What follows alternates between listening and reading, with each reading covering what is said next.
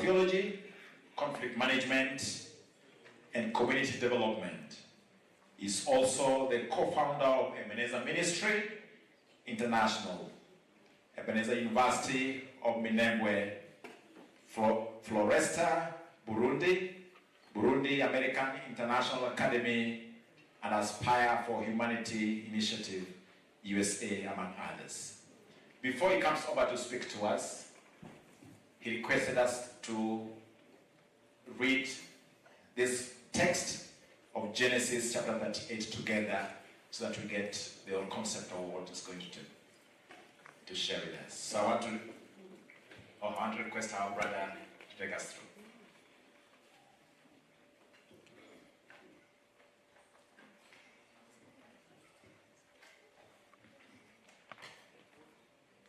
Thank you. Let's read together Genesis chapter 28. We are reading from verse number 1. 38, yes. Genesis chapter 38. We are reading from verse 1 to verse 30 from NIV version. Judah and Tamar. At that time, Judah left his brothers and went down to stay with a man of Adullam named Hail. There Judah met a daughter of a Canaanite man named Shua. He married her and made love to her. She became pregnant and gave birth to a son who was named Er. She conceived again and gave birth to a son and named him Onan. She gave birth to still another son and named him Shelah.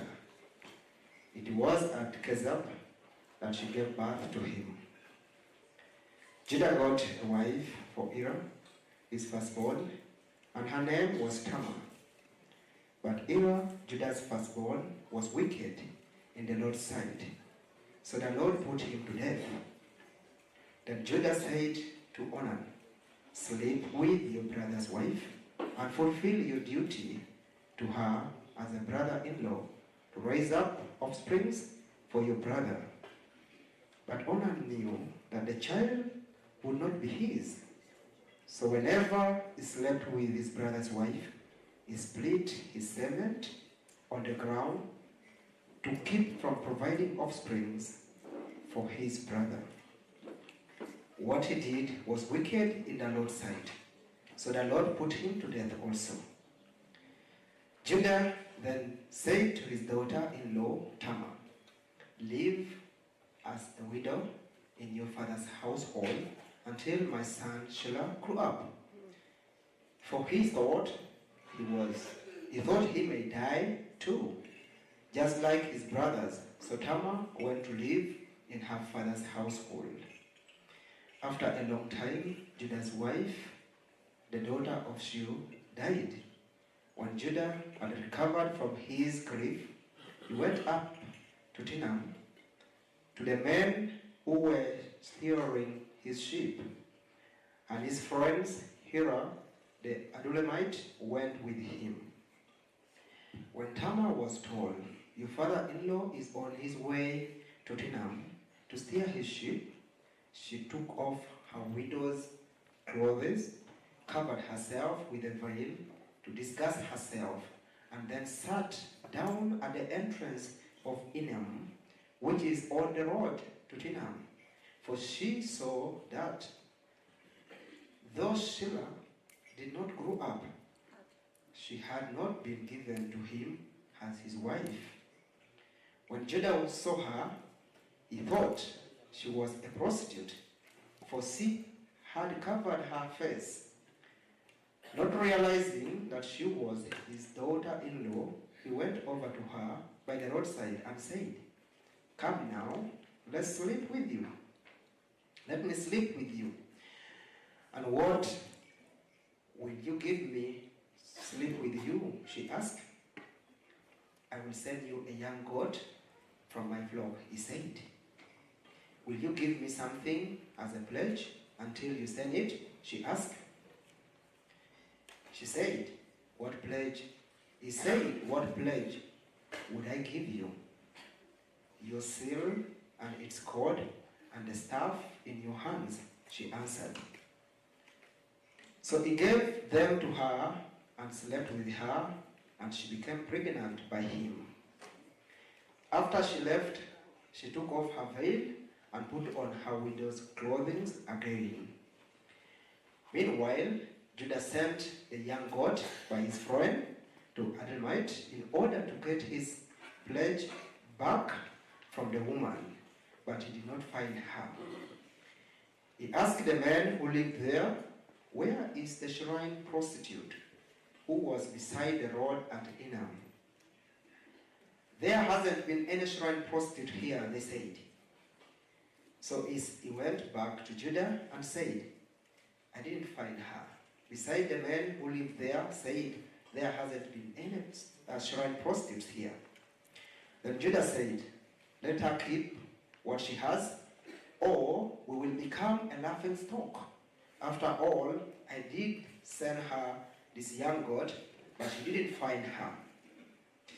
About 3 months later, Judah was told, "Your daughter-in-law Tamar is guilty of prostitution, and as a result, she is now pregnant." Judah said, "Bring her out and have her burned to death." As she was being brought out, she sent a message to her father-in-law, "I am pregnant by a man who owns this."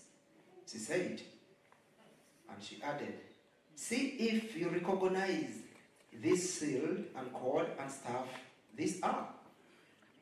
Judah recognized them and said, "This is more righteous than I, since I wouldn't give her to my son Shelah," and he did not sleep with her again. When the time came for her to give birth, there were twin boys in her womb. And she was giving birth. One of them put out his hands, and the midwife took a scarlet thread and tied it on his wrist and said, this one came out first." But when he drew back his hands, his brother came out. And she said, "So this is how you have broken out." And he said, and he was named Perez. Then his brother, who had the scarlet thread on his wrist, came out, and he was named Zerah. This is the word of the Lord.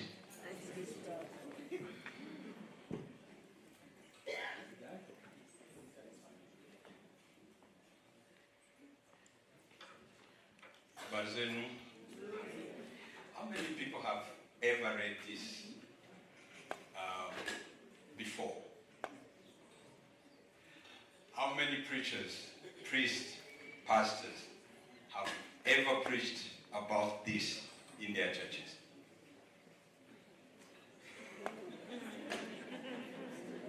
I see 3 hands. See?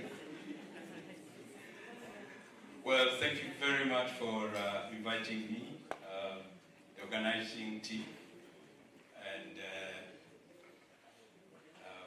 thank you, all of you who have come. I'm very much happy to be here and share not only from this story, but also my own story. I was very happy to be here yesterday and listen to different interventions, and also this morning.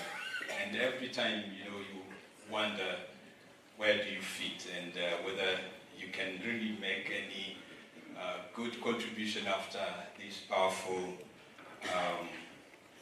people who have come ahead of you.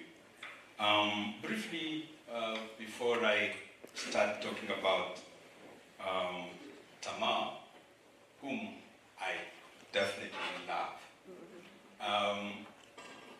with other few women who have impressed me, not only from a theological point of view or biblical point of view, but also together with others in my community and beyond. I come from Congo. I'm born there and I grew up there in a place called Minembwe. It's from South Kivu province.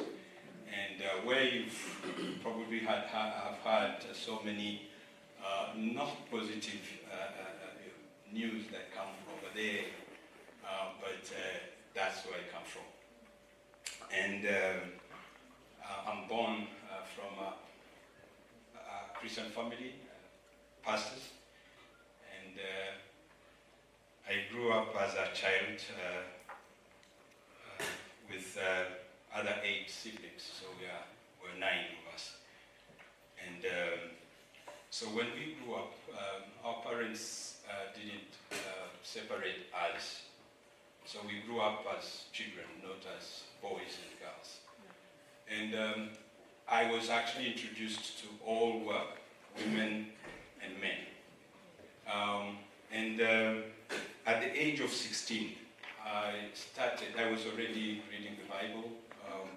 I started questioning the whole issue of widows and orphans. I remember taking this very verse that Kazi read in the morning about the right religion. I involved my pastors. What does that really mean?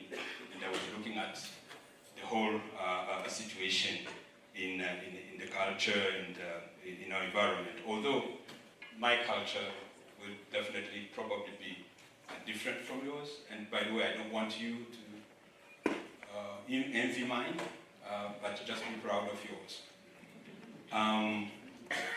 Then I went to study. I was walking 250 kilometers to reach my high school, and there was no road, there was no schools. But when I finished my university studies, I thought about the long journey I made, and I decided to go and start a university in the village where there was no electricity, there was nothing, but we started. And for the last 25 years, I have seen boys and girls not making the long journey as I did, but making it very short. And the other thing which we contributed in that is that for women who couldn't go farther, and walk all those long journeys, they actually did their education within their villages. And one of them, many, but I will tell you the story of one. She started her university when she was already mother of 3. When she graduated with 6 children. And that is how beauty, of making a difference in your community. You actually create things that have never been there. And that is the legacy we talk about. We have also had widows very early, because they marry at the early age, like 16, they were already making their journey to build their own houses, and through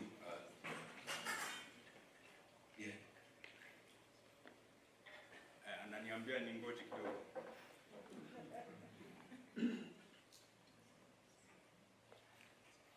And so we have seen widows, those young widows, going back to school, and we give them the opportunity because there is that. So when I'm talking about this, they don't just come from theories; they come from my own experience. I have my sister who is a widow, and I had to support her since 98. I stayed with my aunt, who was also a widow, and I brought her in my home, and we stayed for 16 years together. I have also opened my house for many young girls and boys, orphans, and we raised them together with my wife. And today they have their own children, and now they call me their grandfather. So these are issues that we have lived with. And so apart from that, we have also created, within these villages, we have also created a kindergarten, a primary school, a secondary school. We have also made vocational training, a clinic, and also a microfinance. And all this, we try to do what we can. Where there is no doctor, we have to find our own doctors. Where there is no teacher, you don't have to go and look for them. Yes, you can, but there's a time you have to stop and make your own. Where there is no road, you have to come out and build. So that is how we have survived. Last year, I think that's where we met, this year actually, that's where we met with Pastor Dominic. It was in February. And I had just come a few months after prison. I was arrested and put in jail for 15 months without trial. And I was released last year, September. Actually, 23rd, that is next week, I'll be having 1 year, full year, free again. And in the prison, in Kinshasa, where I was taken, I started a school, and the school is still going on, even now.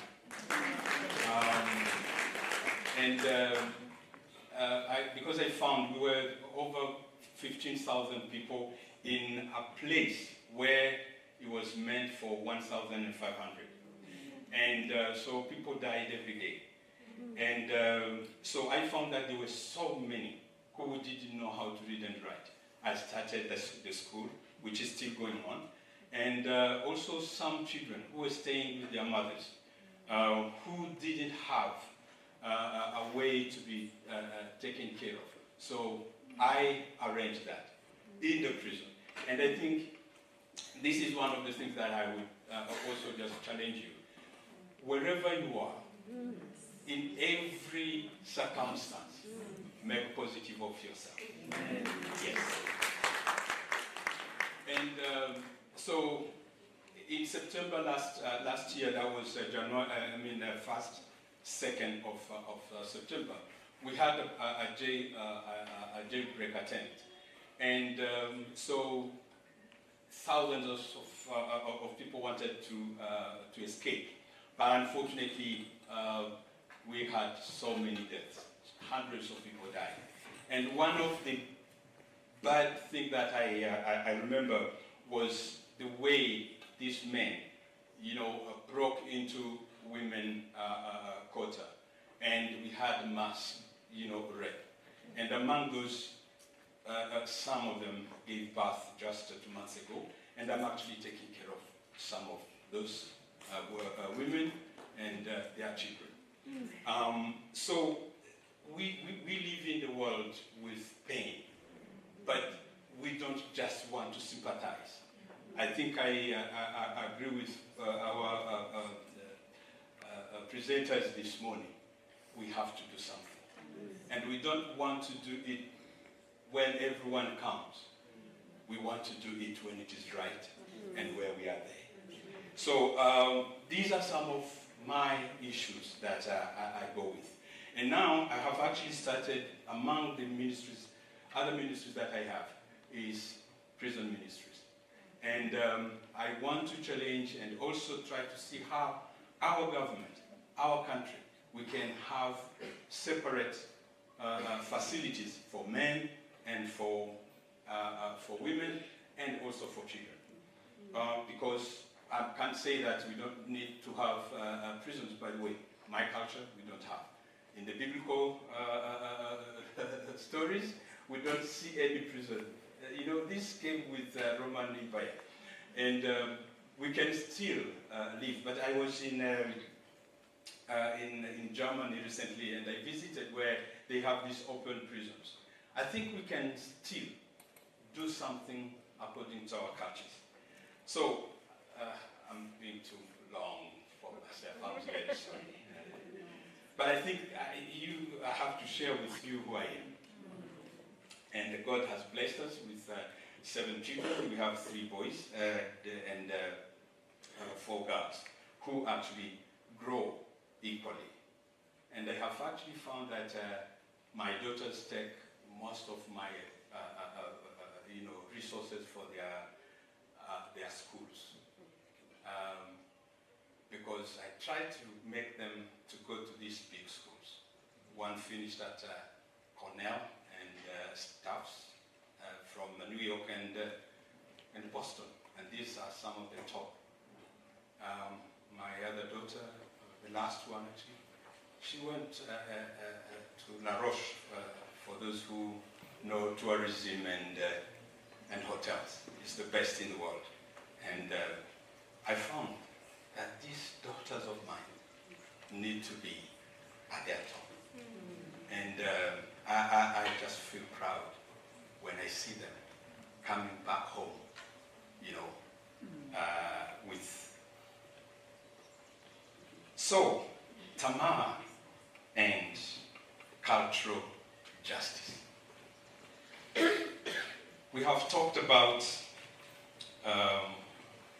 violence that happens. But can you, I have made, and actually the presentation was made by my last born. She's a girl, and she's the one who made it. I gave the text, and then she presented it for me. Genesis 38 is one of those passages that are very hard from the pulpits. I have heard about Ruth, and when they allegorize about Ruth, talking about the spiritual mother, I tell them, no. This is a real thing. We need to talk about that. And so sometimes they do it just to flatter their congregations. But Tamar's story is the one that is kept at distance. She appears boldly in the genealogy of Jesus, by the way. Why Tamar is preserved in the opening chapter of the New Testament.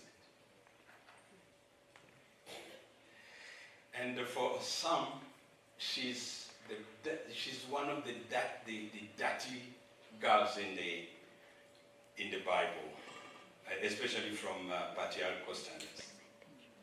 Theologians have wrestled with this, and some of them call it the most gripping story in the Bible. Others say it generates more frustrations than enthusiasm. Others call it is an alien element. It just comes to disturb the flow of Genesis. And others, they just push it aside. They don't want to make it a sermon of the day. They don't want even to bring it in the Bible studies. They don't even bring it into the evangelistic campaign. Yet, this message holds power, not just a disturbing narrative, but a mirror of our own cultural, religious, social failures to do justice. Now, this story is also found together with other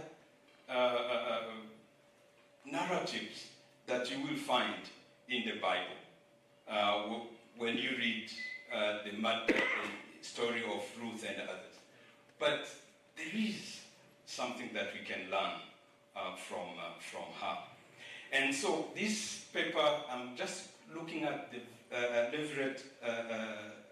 Levirate marriage and how the practice is deeply embedded into biblical and human cultural fabrics. It explores how Tamar's story intersects with the lives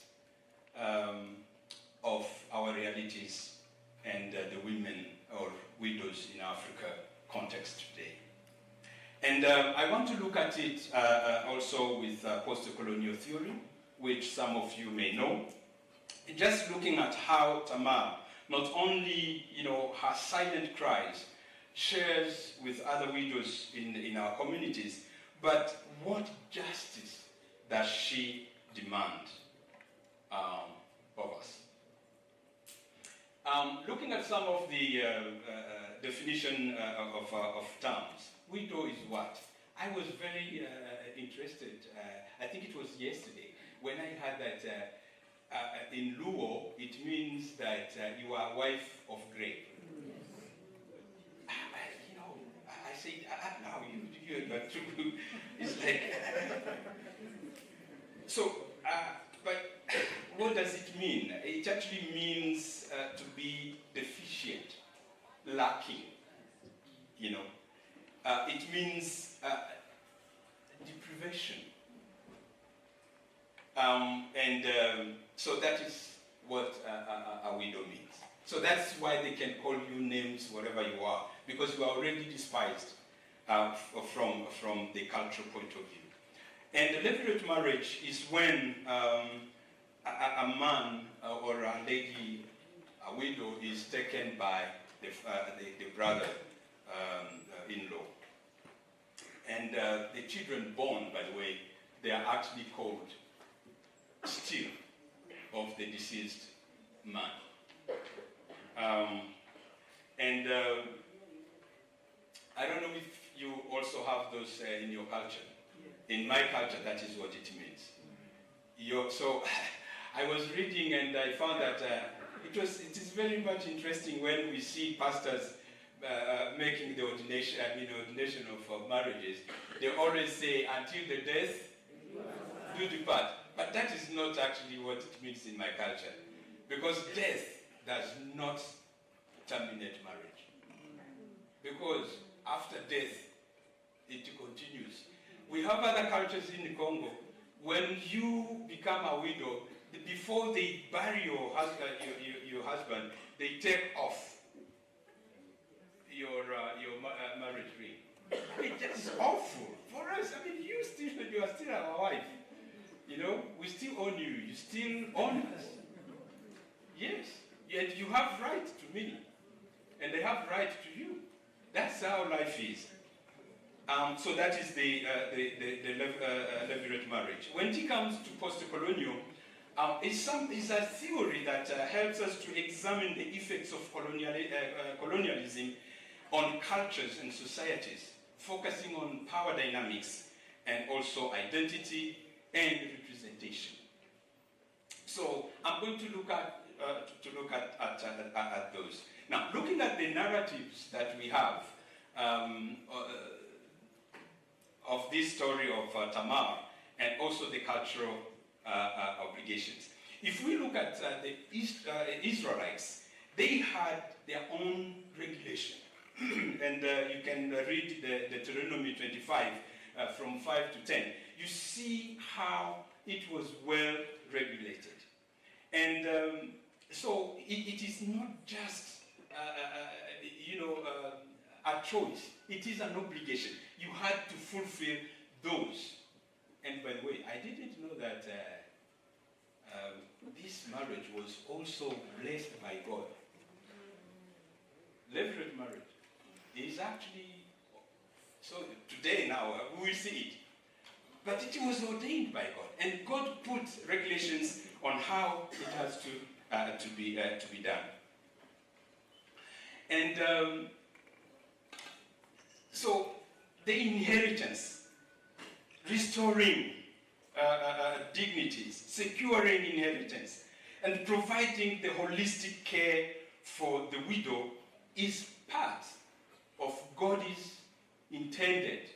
And I think it was, yesterday they talked about 4, So after 4, we have the society that has been regulated, with those consequences. And that is how the levirate marriage was regarded. It was not just a choice, but it was an obligation for all those who were still alive. But you can also read about the vulnerability of widows during the Old Testament societies. That's where we see that there was so much exploitation that were going on, the abuse of power, and until God had to intervene and became the protection and justice of them. And that's where we can read the Bible when it talks about he executes justice for the fatherless and the widows. We see it in the Deuteronomy, we see it in the Psalms, we see it in the Proverbs. And also we see the religion that helps people, the good one, which you will find to Christianity, or you find in Christianity, you will find it in the religious, traditional religions, you will find it in Islam, you will find it in other places. So this is not just ours, it is also ordained responsibility. And when we look at Israel, it was not only Israel that was dealing with these issues of widows, but we see also in Mesopotamia, just during the Near Ancient East, we see the cultures that were also doing the same. Actually, in Mesopotamia, we see the people talking about their God being the protector of widows. And we also see that even in ancient Egypt, we also see that their God is representing God among the people on earth, and they are protecting justice of widows. And in our own culture, we also read, or we believe, that the spirits of our ancestors punished communities that failed to treat widows and orphans justly. That is my culture. Revirate marriage then, it is not just something that you could overlook. When you look at the Canaanites and Hittites who lived in the same time, they also have laws that regulated widowhood and their children. And there is one thing that they all came to look at. One is that you have to give protection. You have to give a sense of honor and a status in the community. But you also had to do something that has to do with inheritance of land. And we talked about it, and I had even yesterday when we shared it. And so you see that the way things are regulated is that the women don't have an identity until they have their husbands or their children. And this was an issue. And these are the issues that even today they still go on in our societies. And so they had some regulations. And the regulations were, now, if you don't have your brother-in-law, the other one in your cousins can come. And if they don't, actually the father-in-law has to take the responsibility of fathering his own grandsons and daughters. It's not me. This is the Bible. This is the history. We are reading the history. It's not me, you see. And actually, I understand that some of you, when you are reading this scripture with Judah and Tamar, was like, how can Tamar, sleep with her father-in-law? But it was also part of the cultures in the region that they lived. And women had no right to do what? To inherit. Except in some very exceptional cases that we see, like the daughters of Zelophehad, we see Naomi, and we see also daughters of Lot. Do you know? Who was the father of children of Lot? Lot's daughters. Who? And now, why do the Bible bring these issues to us? Just to make flowers? So these are the things that we see. And daughters of Job also did what? Inherited, you see. But those are some of the exceptions. But unfortunately, things kept going. And of course, I must understand, and I must also agree with you, our cultures are not static, they are dynamic. So they change, okay? And we see that the culture of Israelites and other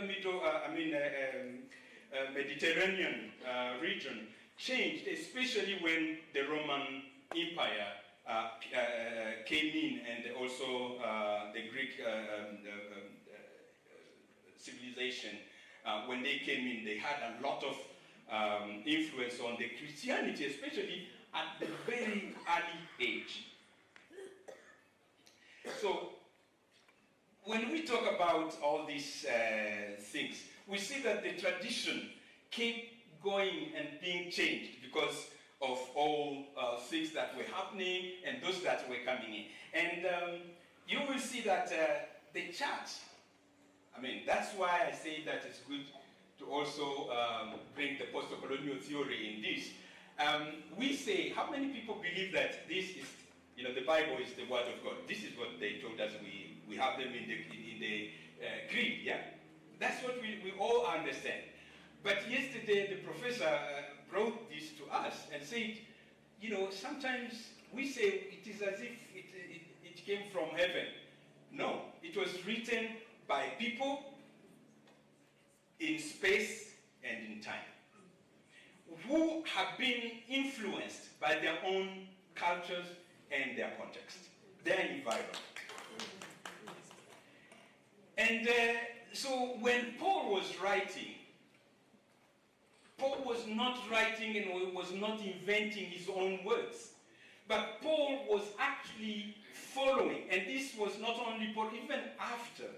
We see all the early church fathers were not inventing their words, but they were following the influence of Roman and Greco-Roman political influence that was with them. And the influence was that every woman, first of all, they wanted abstinence. They didn't want sexual, vagabondage, I will say that. So they didn't want to do it anyhow, and so they wanted people to be abstained. So they wanted every widow to be married. That was not from heaven, not from Paul as an apostle, but from politics of Roman Empire. They didn't want to see young people just sitting there. They wanted them to remarry. By the way, actually they wanted even to have a fine for those who don't marry. Theologians, you are here. I think I'm very much comfortable, whatever I talk about. So they actually had a fine for the ladies who don't get married soon. And it was just after 1 to 2 years, you had to get married. If you don't have to get married, if you don't get married, you have to be fined. So Paul is coming from that angle. He's coming from this context. And he now starts talking about how women should be taken care of. And one of the other things that was that they said, oh no, these things of having many children, no, when God speaks about multiply and fill the earth, he's talking about the spiritual. I'm not disagreeing. But also there is that part, that we need to have people. And the other thing was like when Paul is talking about, he's talking and he's looking at now all these young people, 18, 20, you are making them widows. Surely now, let's talk about it. Can you think that that can work? And now he says, no. Let these young ones get married and leave those who are like me, 60 down. He can leave old widows. But younger ones who are still have a blood, you know, that is still telling them what to do, and sometimes you even don't know what you are doing until it's finished. It's true. You see, I think that is where the church is getting all this, and I want us to speak, to talk about it as a real thing that is happening with us.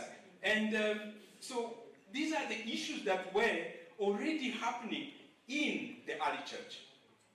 And after the early church, also, you brought all those early fathers. They also immediately went like what the Bible or the politics was talking about, that you do have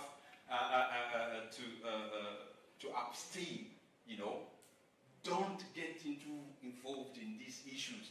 Yes, I understand what you're talking, but can you tell my blood? Can you talk and tell my spirit? Can you tell my sexual desires to stop? Any of you rise them up? They come. They are natural. And if you don't have them, you are not normal.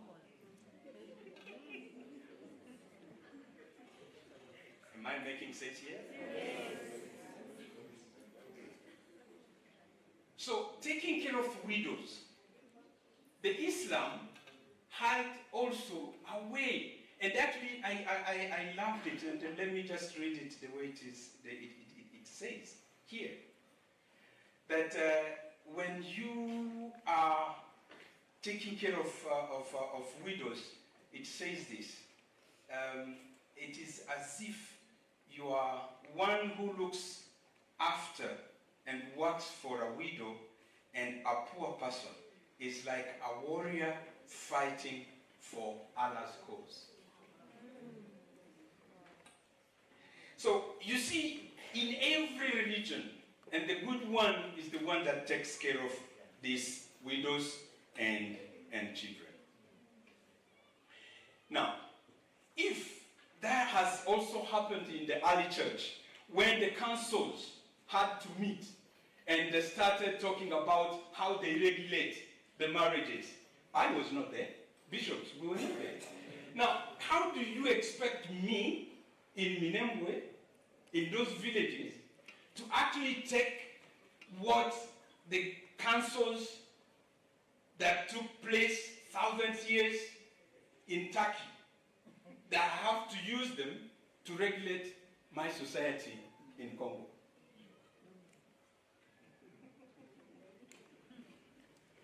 So, and this is what we are wrestling with. How do we deal with these issues? I'm sorry, am I making sense? Yes. Okay.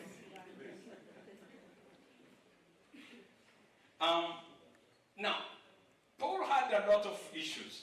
And people who don't understand, who have not done theology, they always run into these problems. When you want to quote Paul, when you feel it is comfortable with you, and then you chase him when you feel that is not right.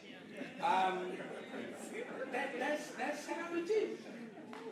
You know, I want us to read the Bible, not, and by the way, I always want to read the Bible, not just as a spiritual sacred book, but I also want to read it as a scientific, you know, it's a historic book, which can tell me, but I can also talk to. I think we are going to reach there right now. Now, Paul, he reached a time and then he came and said, you know, these things, they are a bit difficult. You know, I was recently with my wife, I visited the Patmos, and yesterday we were talking about, you were talking about the Revelation. I was happy. And then after that, we went to Corinth just to see how Paul lived and worked with us. There is one thing that he comes, you know, people are pressurizing him, and he comes and says, you know, yeah, I'm actually telling you not you can remain single, but, you know, if desires are burning you, so find a way, you know.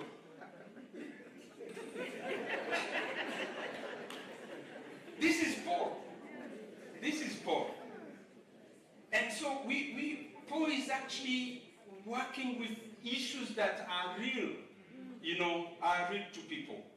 And he's trying to see how do we make it compatible in this situation. Now, let's come to the Reformation from the time of medieval period.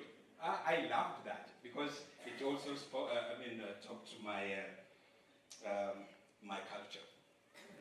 You know, one of the popes in the Baltic or Eastern Europe, and he came in a situation where he actually had to involve these people with reverent marriages. He wanted them to become Christians, and they said, you know, we have lived in this war zone, the same as it is in the Congo right now, and the men who are spared are very few.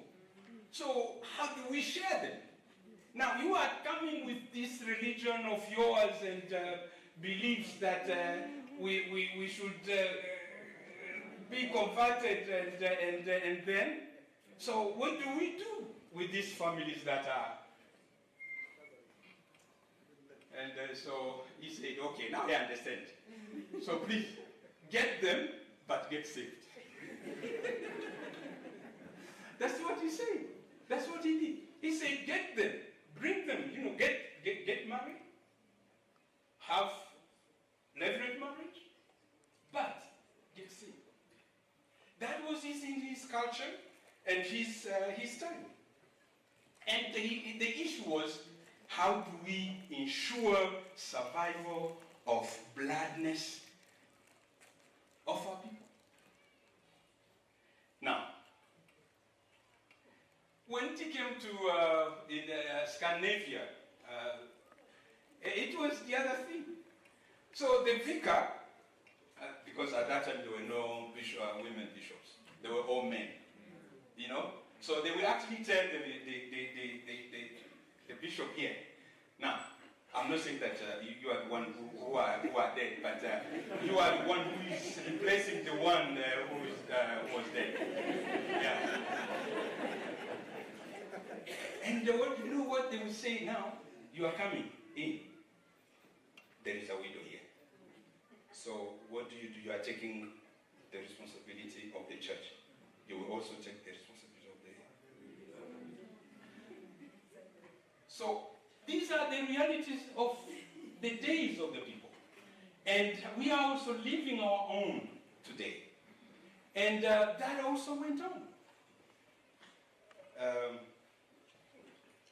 It also happened. Am I doing bad with my time? Yeah, good. Okay. So this succession is an issue when, especially you are talking about it in a different context. But they also called it a year of grace. You know, where you give an economic, you give time to the widow to get economically fit so that she can take care of them of herself. But you see, sometimes we forget, and please bear with me. Sometimes we think that with economic, how do you call it?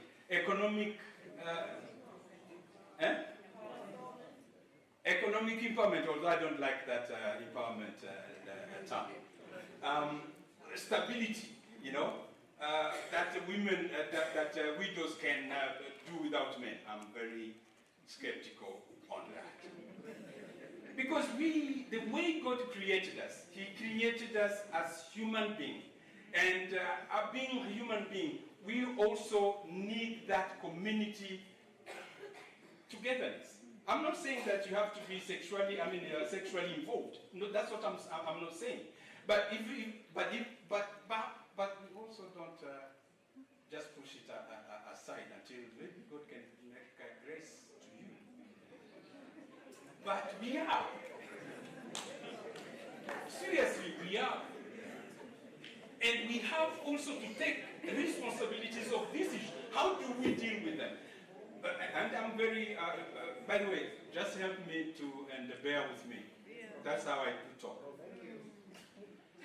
You are so much involved and talked about early family education. You want your children to know about sexuality and other things. But when it comes to these widows, you don't even want to tell them, oh, Mama, you look smart today.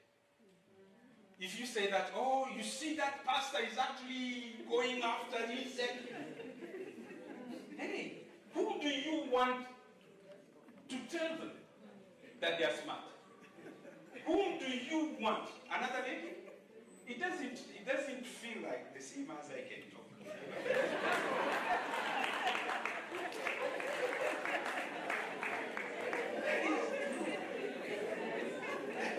That's how God created it. Otherwise, maybe you are in those other cultures where they do. But in my culture, mine is powerful. Yes. Now, if we are talking about these issues today, I want to look at what it is in our current situation. According to many theologians, they say that levirate marriage is very common in Africa. And it is regulated by its own customary laws. And under the concept, as I had just said, death does not end the marriage.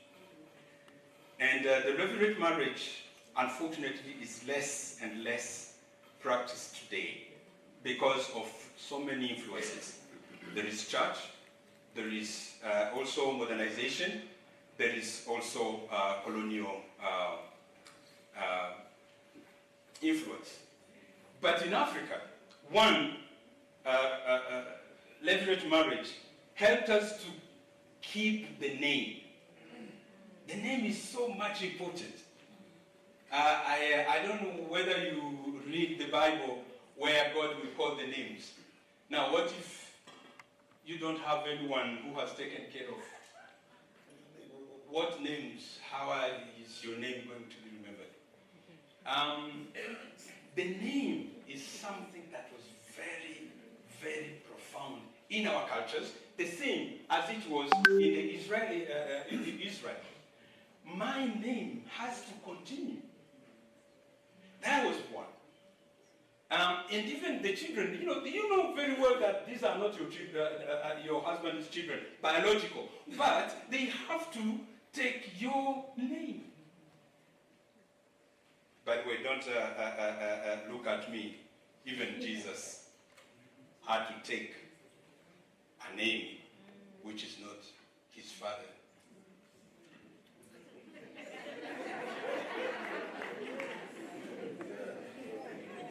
That is how realistic the name is.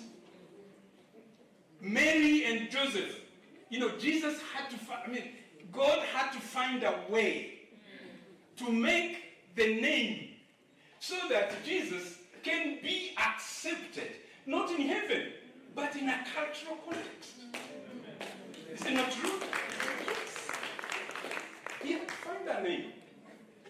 And the name was, it's like, we are in a crisis here. Now, how do we find our name? And can you see the stigmatization of Mary, being a lady pregnant?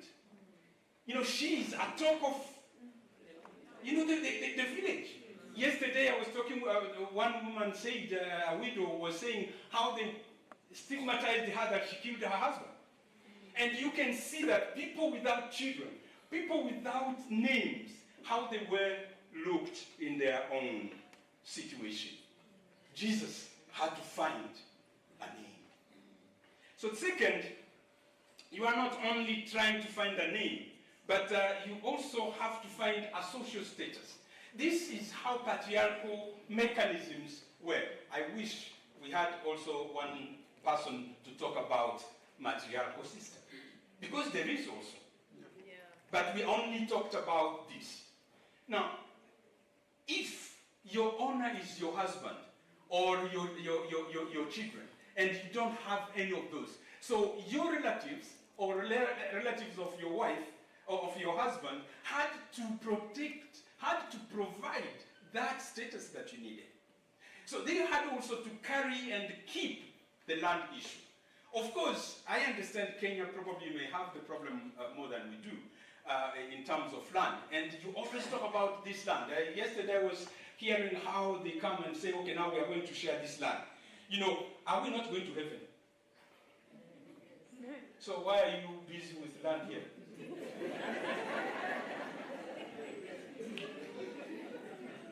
My son was 8, and we were living in Burundi at that time.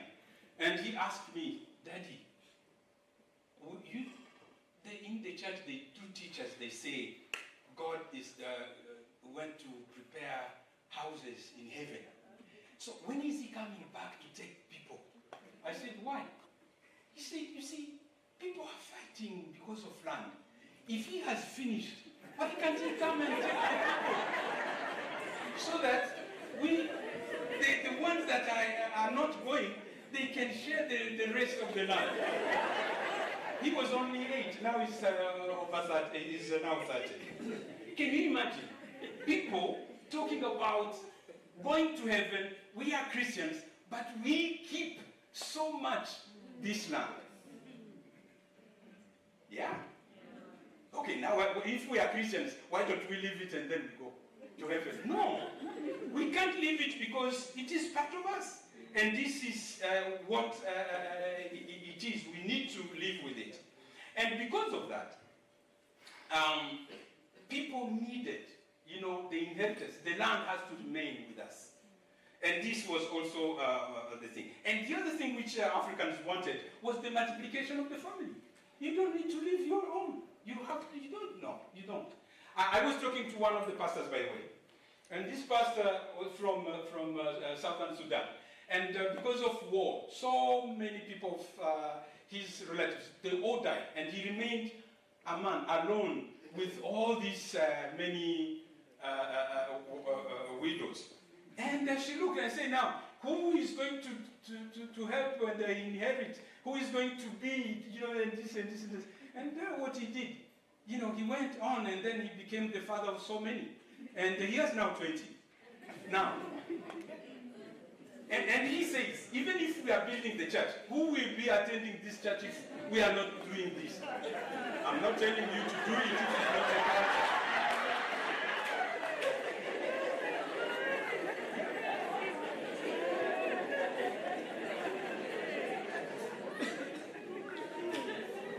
So the other thing which they, in Africa, what they actually also wanted was these sexual desires. They didn't want their wives or their sister-in-laws to become prostitutes. So they wanted to remain, because you are a wife. You know, you are not just somewhere. You are ours. So we don't want to see you being mistreated with other people. So I have to take care of you. So that was part of it. And actually, I was very happy when I read Mbiti. Mbiti said that children born in this union belong to the deceased brother. And in my culture, by the way, we say it's not the individual that gives birth. It is the community. It is the family. It is not you. And that is why one of our things in our culture, if you marry and you say that these things of domestic violence against women, for us, you are our wife. And maybe your husband mistreats you. We will come a group of us and we will discipline you. Because that is our wife, it's not your wife. Yes, that is what we do. We will seriously beat you. Yeah. You don't have to take you to misuse or mistreat him. Mistreat her, because it is ours. It's not yours. And these are part of some of the things that we do. And I'm taking long because this is very good idea. Now, this tradition continues life. And this is what Viti says. Viti actually says that in our culture, it is the continuity not of I, but of we. So it's not your. It is ours. Now, before I can go to the conclusion, I want to look at Tamar's story, her identity crisis, and also look at her in our own context with our own widows. God never speaks in vacuum. He actually speaks in context. And he is also cultural. In this patriarchal culture, women, unfortunately, they often lose identity. They don't have an identity. And Tamar here, she doesn't belong. She always exists at the margin of the society, called in and called out whenever the powerful wants. This culture is always in favor, and we have seen, sometimes with men. But unfortunately, and I also want to say this, people who misuse the culture, in the name of the culture, we need to beat them.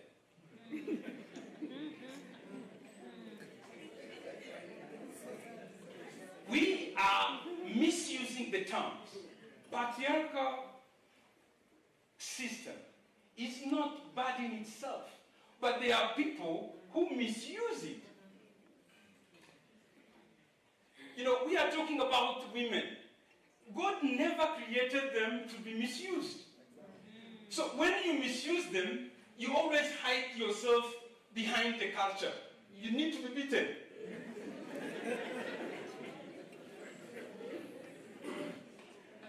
So who are the guardians of our culture? Who are the guardians of God's intended marriage and society? So I think that is where it becomes, unfortunately, bad. And you see that when, in Genesis, this lady, beautiful lady, she is claiming not something that is not hers. No. Is claiming what it is hers. What is intended divinely and culturally. I'm expected to be taken care of by my brothers-in-law. But the thing is, this guy comes and he does it wrong way. And actually she's like, you know, do it and do it justly. And by the way, now you see what the Bible says.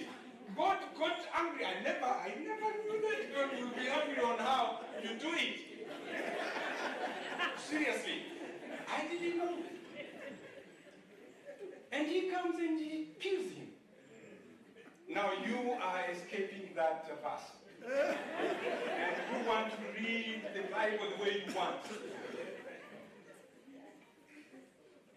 Tamar is saying, no, that is my right. That is my justice. Help me. And so Judah says, no. Now with this, she's the one killing her husbands. You know, she's now a widow of two. You know, her husband, her brother-in-law, and the third one, this guy says, let me take him away. And then this lady goes, and then her father-in-law says, you remain a widow. Remain in grief. Remain in those gowns. And he was like, why am I being victim of divine role, divine command? Why am I being victim of my cultural rights? There is justice that needs to be done on me. And by the way, I always want to talk about justice than rights. I see a lot of people talking about these are women women's rights. I would rather talk about justice of women, because it's broader than that. And so Tamar goes on and actually doesn't want to stay in the grief gowns. And then how many people call her a prostitute? You always, when you are preaching about this scripture, I know that you always say, she was a prostitute. She deceived her, no, she didn't deceive him. She seduced him. He convinced him. And you see, she doesn't just want to negotiate something at a low level. No, she takes her ground and she says, okay, now what are you going to give me? And he said, oh, I'll give you a goat. Oh, it's like, okay, now I can start my own generating activity with the goat. And now she says, no, I'm not that cheap. Hey, I'm beautiful. Yes, Bishop, you say wonderfully. Yes, exactly. She looked at herself. Then she gained courage. She saw how she was beautiful. And then she says, no, I can't remain this way. I'm beautiful. I'm fearful. I'm wonderful. But I'm also powerful. Yes, I can seduce him. And actually, it's not just for bad thing. So that Jesus Christ can have yes. What she's doing here is trying to say, I'm not here just trying to satisfy my sexual desires. I'm here with a mission to be a great mother of King David and be the great mother of Jesus. Yes. And then she says, we bargain. Okay, I don't need a goat. Okay? So, okay, that's fine. Before you bring the goat, what are you going to do? Give me that code. Give me that stuff. In other words, actually, she's reclaiming her justice. I have to take it by force. Anything that is not coming to you the way you want, don't wait that anyone will come and it's yours. And she says, I want tribal what? Identity. And when they came, they found that she's gone. She has already taken what she does. And then he doesn't want, he wanted to kill her. Can you see? The men, you've done it, and you want to hide your shame? And you say, oh no, I don't want to be a public shame, so take her and burn her. And she says, powerfully in herself, but politely, with humility.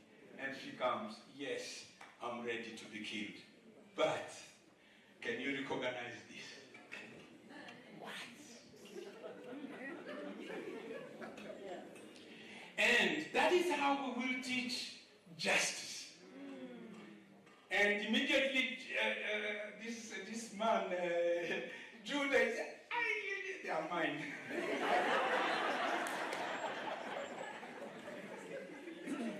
They are mine. And immediately he changes his language and says, she's more just. Righteousness. I mean, righteous. That's what he said. She's righteous more than I. That's how we have to claim our justice. Do it. Do it.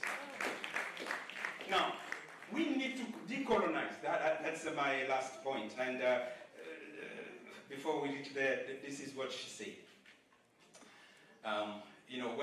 When you read, she says this. Her cry echoes with power like this. I'm not a harlot. I'm not a sinner. I'm claiming what is mine. I'm not just a woman. I'm claiming my justice. A divine and cultural right to be a mother, a bearer of life. This is what she's echoing. Now, we have used our Bible, and in a very bad way. We have wounds of Christianity. The way it came and shared with us. We have wounds of colonization. We have wounds of modernization. But how do we heal? And because of that, they actually came and they told you, this is how you have to pray. The way you pray is not right. Okay? So yours is bad. What we're telling you is good. The way you wear clothes is bad. This is how you have to do it. Now, they completely changed our way of society and the way we do things. And because of this, it completely changed. Let me give you one story of how these things made bad things on our women. Our first lady who got saved in 45, that's when Christianity came in our community. She was one among three men. She was married. Now, when they went to be baptized, they told them, now you have to eat chicken and fish. Because for us, those were taboos. You don't eat fish if you are my culture. And you don't eat chicken. And you also they have also to take out their ornaments. And then when she came to the village, everyone fled. Look at the wife that wife who have defiled our culture. She has eaten chicken, she has eaten fish, and she has removed all her ornament. Her husband divorced her. And she was sent to her family. When she reached to her family, the family yelled at her. Look at where she is. She has defiled us. She has disowned us. Then she didn't have other place to go. She hanged herself in the church. That small church that we're having. That is how bad it is when the missionaries came and Christianity came and it was misrepresented. It was in a bad way. So, these are some of the issues that Tamar is trying to correct. It's not only that we are talking about the people who misuse our culture from outside, but we're also concerned with the people who misuse our culture inside. Because we have them. Oh, niko mwanaume mimi. I'm a man. That is how it is. No. You need to be corrected. That is not how our society have been structured.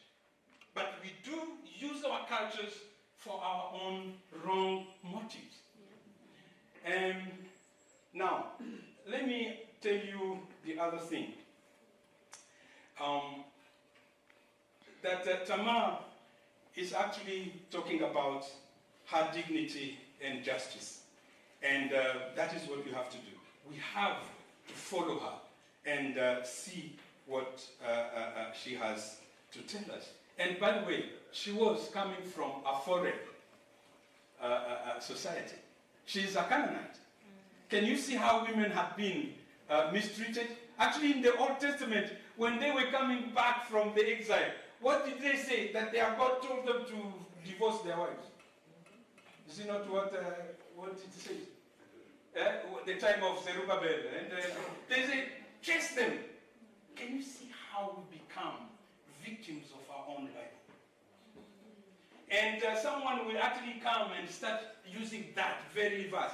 She's not, she's a Kikuyu and you are a Luya, or you are a Luo. Hatupatani. Hatupatani.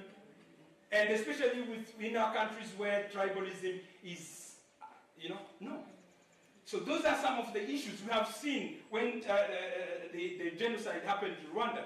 How many women, Tutsi women, were married to Hutus, were killed just because they don't belong.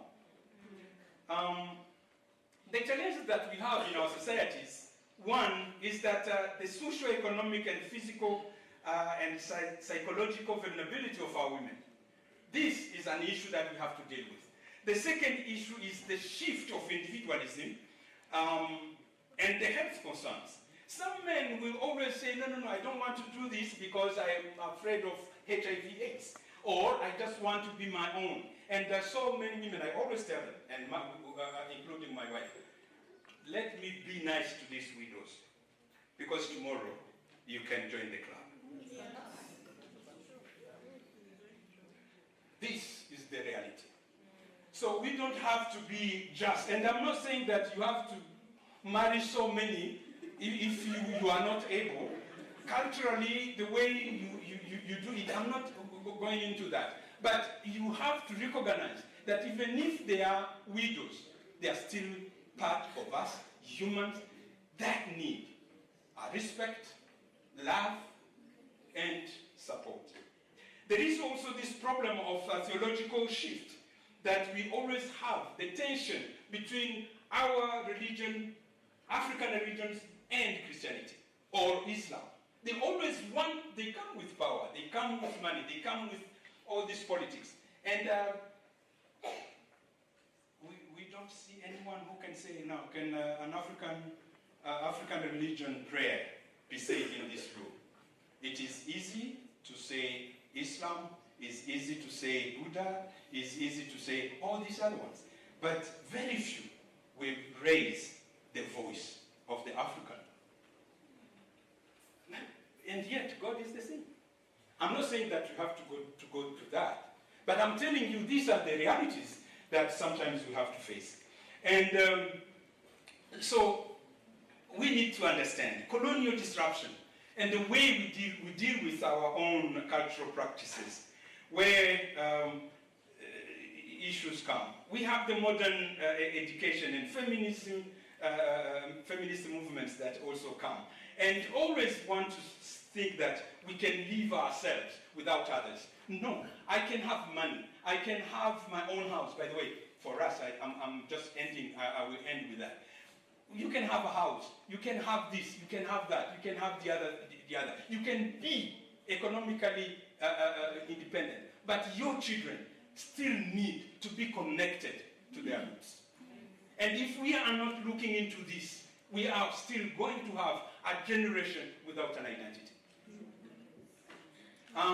We have all this displacement and conflict, global migration, where you find that these women go with their children and they completely lose touch with where they come from. When it was, this is the contemporary widows of war. I'm not talking about others, but I will talk about war because that's where I come from. In Rwanda, according to the UN report, just after the war, in Rwanda they had 500,000 widows. And also in Mozambique and Angola, they do have over 70% of women, of children, were being brought up by widows.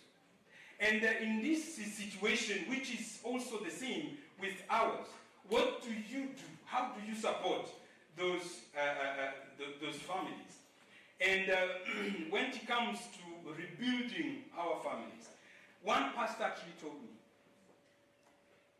if it were not for levirate marriage, some of the families will cease to exist. I am a product of that. Today is a pastor. Okay, tell me that it is sin, tell me whatever you want to say, but he's serving God. Maybe the same as others. And in my own culture, these women come and say, where do we belong? We can't go back to our family because we don't have anything. We are completely dispossessed, whatever we have. Okay, I'm finishing. We are completely dispossessed. Where do we go? Whom do we, where do we belong? And all these issues have come to be with us. And we need to dialogue with the Bible. I need us to get into this discussion. How does the Bible talk to us? And how do we also communicate our own feelings to the Bible? How do we, reconcile this? And there were some stories that I wanted to say, but I'm not saying them. But this was one of the pastor's wife. That was the 90s. she had a widow, and this widow, she wanted to have a child, and the husband refused. And so this lady, just like Naomi, she prepared a room in their own house. And when the husband came, she said, "You are not sleeping with me. Go and sleep in the other room." And they said, "What is that? What's the problem?" And he said, "Just go." And then he finds another woman in there. She said, "What is this?" "Shh. It is your sister-in-law. She wants a child."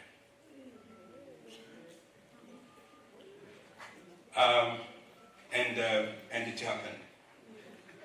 In Rwanda that I'm talking about, this woman came and said, "You know what? My husband died.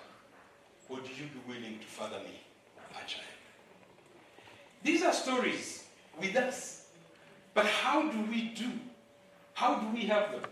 The challenge now I'm finishing with is this. These ladies, when they get pregnant, they are chased from their homes because they are bringing illegitimate children. When they go to church, they are excommunicated because they committed adultery. Where do they go?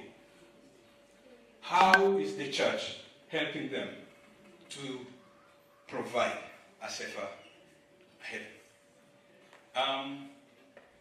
There is also a movement that is going on, and women are saying, "Don't call us widows. We are mothers who live by themselves." We need to change, and we can only change if you take the lead.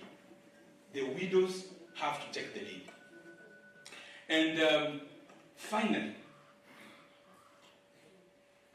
what we have to do in our own village, and this is happening, we have lost so many in our own village, communities. We have about 2,000 widows, between 17 and 50.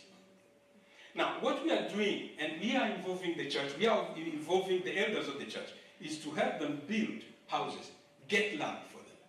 We are doing that. Help the children go to school. But we need not only stand in the peripheries, but we have to involve our governments. We have to involve our churches. We have to involve our societies at large, so that culture should not always be insulted. Let us put it on the right and correct it. Let us correct this matriarchal thing that we are talking about every day, and negatively. See where it goes well, help it. Where it goes bad, change it. And let us move until God comes. You know what the Bible says in the Revelation? He says, he saw all the world coming. Language, tribes, cultures. A people without a culture is a people without dignity, is a people without future. Let us build, because even our God wanted to be born in a cultural setting. Thank you very much.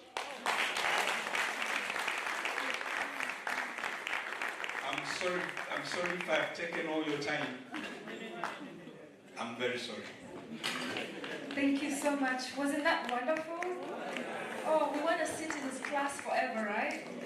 Thank you so much. And we see how, even in those circumstances where they're really difficult, we find good in it. Jesus came through a Canaan.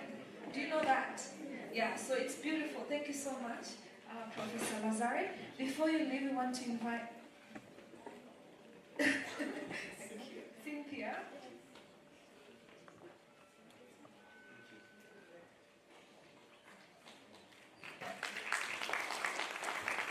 And greet those mothers for us.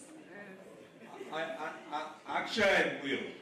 What my wife does is that she says, when we are making our budget, she says, "What about the other wives of yours?" And greet your wife for us too, please. Thank you so much, Professor Dr. Lazare. That was beautiful. And now to the next exciting session. It's going to be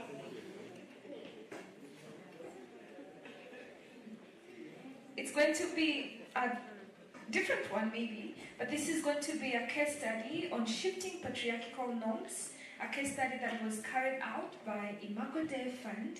And before that, I would like to introduce my colleague, Andrew Jones.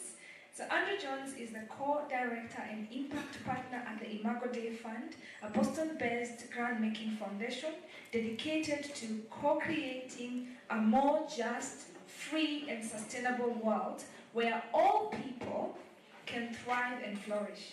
In his role, Andrew co-leads the foundation with a focus on strategy, operation, and impact. Before joining Imago Dei in 2022, Andrew spent nearly 3 decades in the global humanitarian and development sector.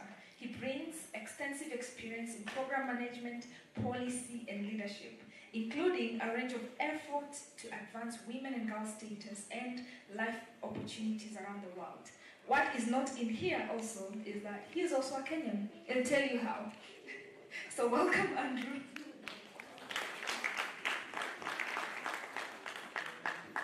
Asante sana.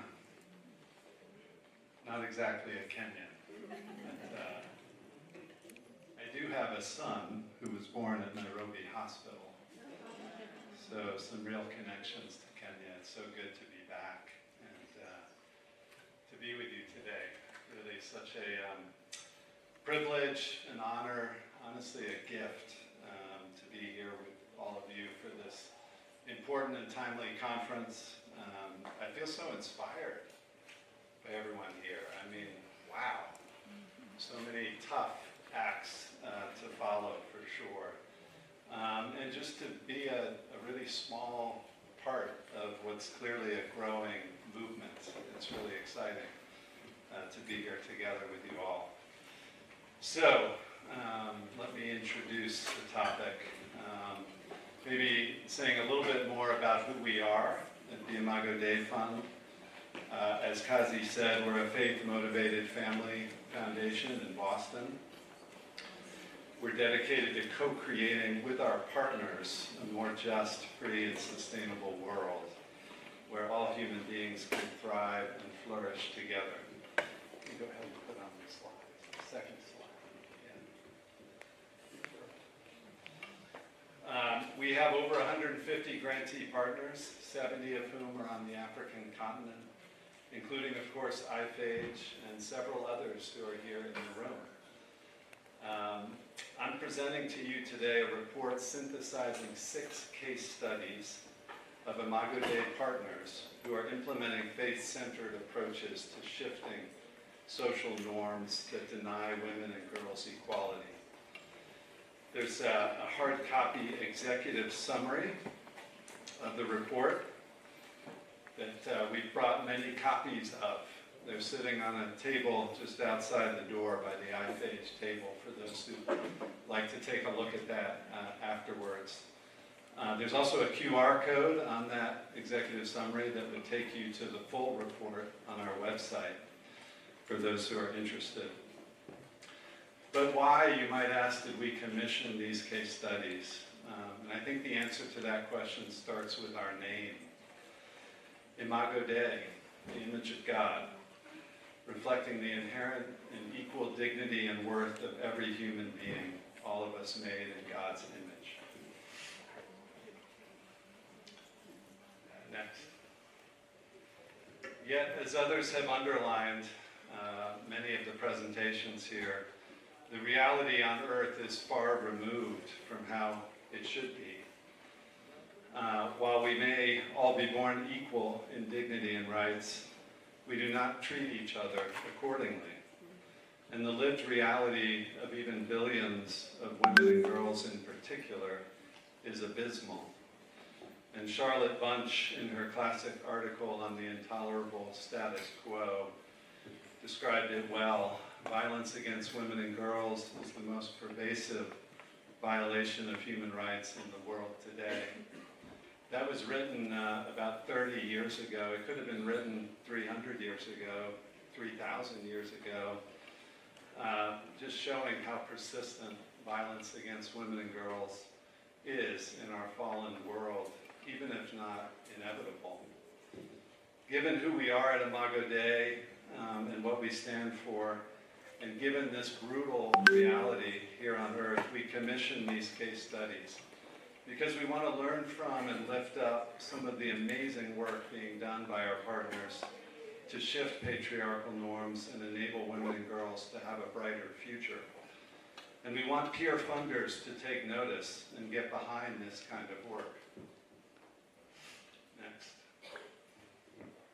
As made clear in our vision statement, contributing to women and girls' agency and flourishing in a world marked by mutuality and interdependence is in our DNA.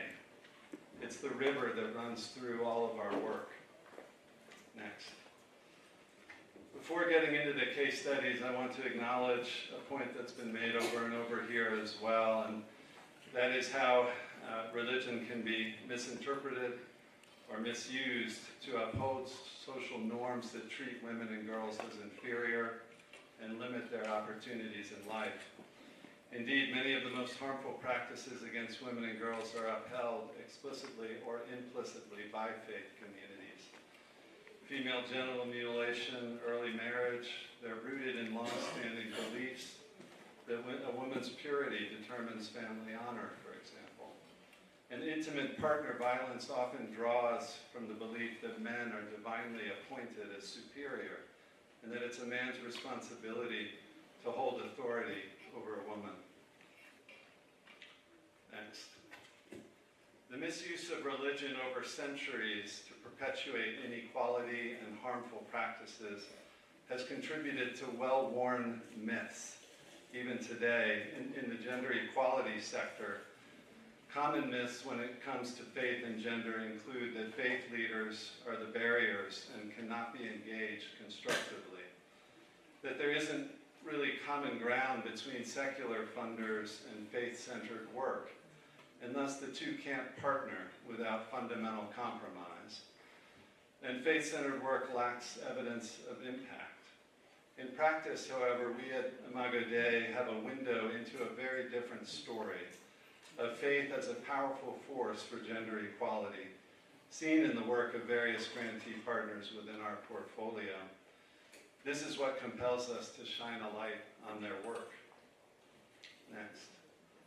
The reality is that many of our partners have been engaged in this work for a long time, learning and adapting their faith-centered approaches over the years to develop innovative models that work.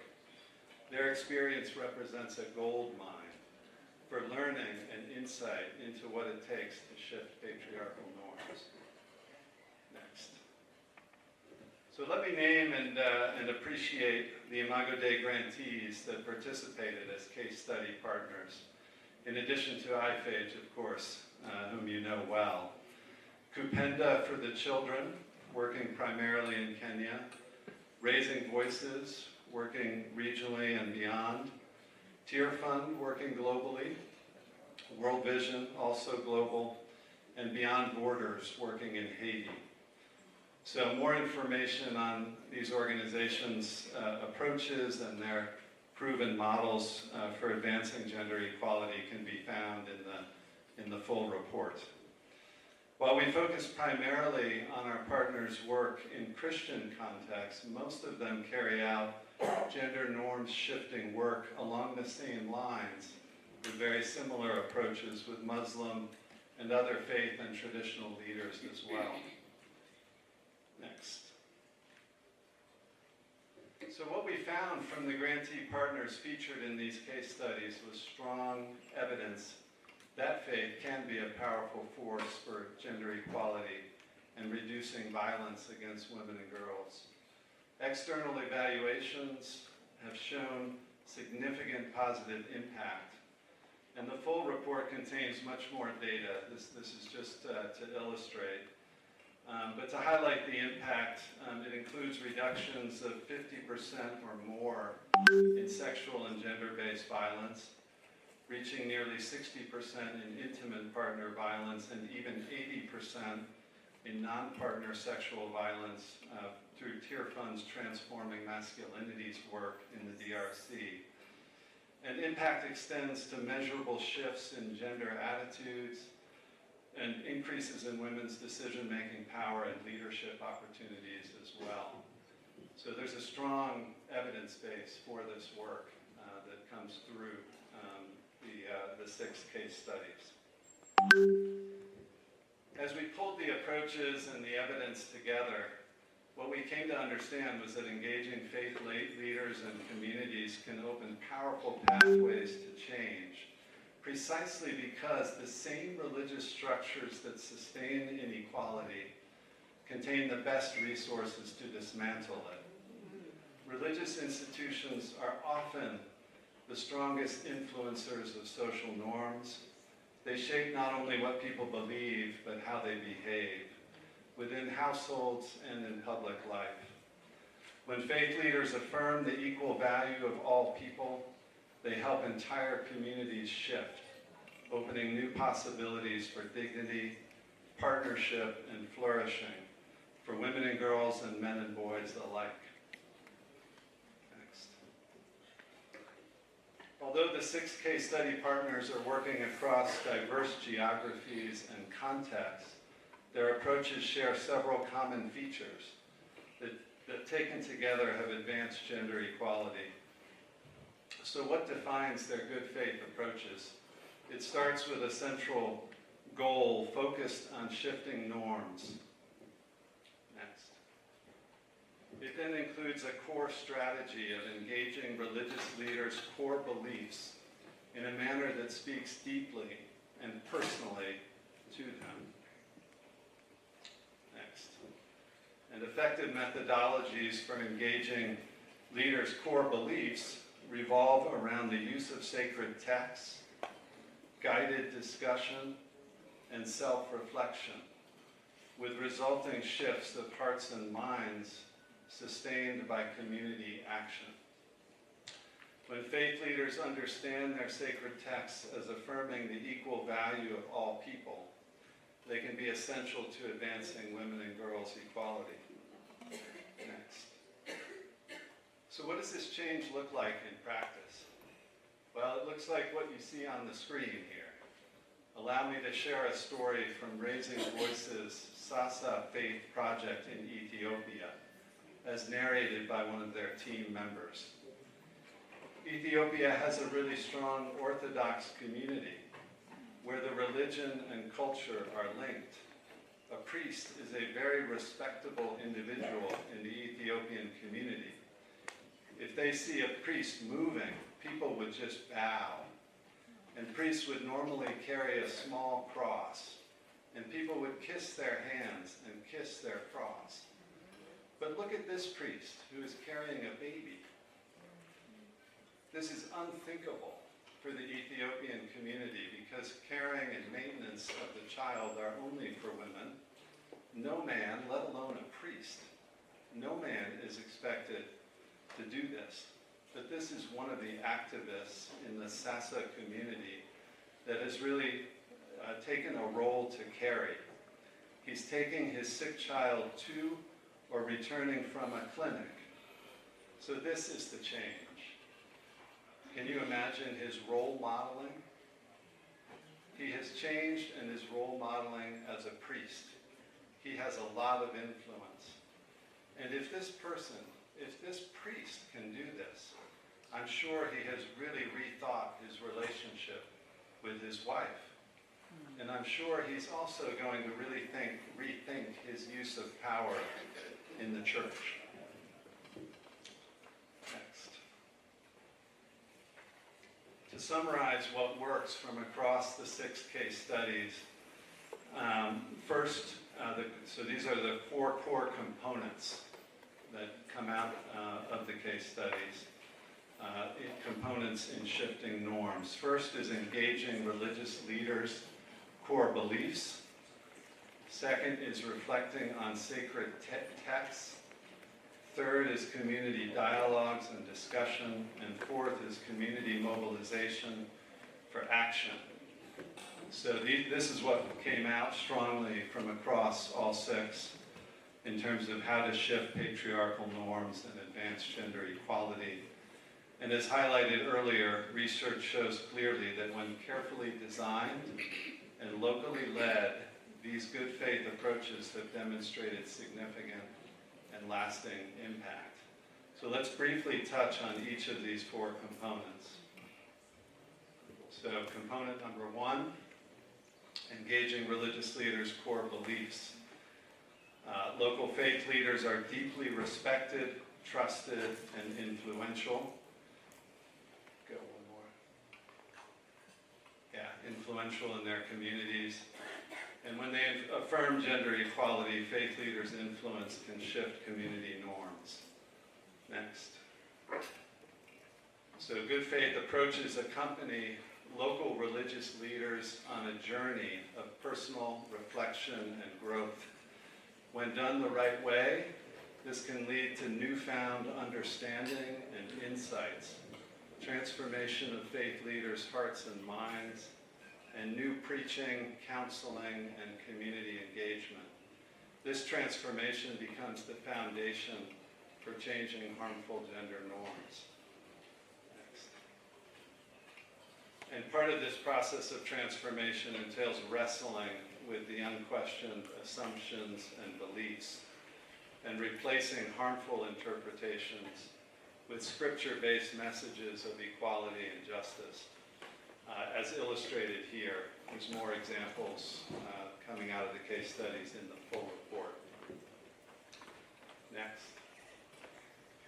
So let's move to the second component briefly, reflecting on sacred texts for critical thinking.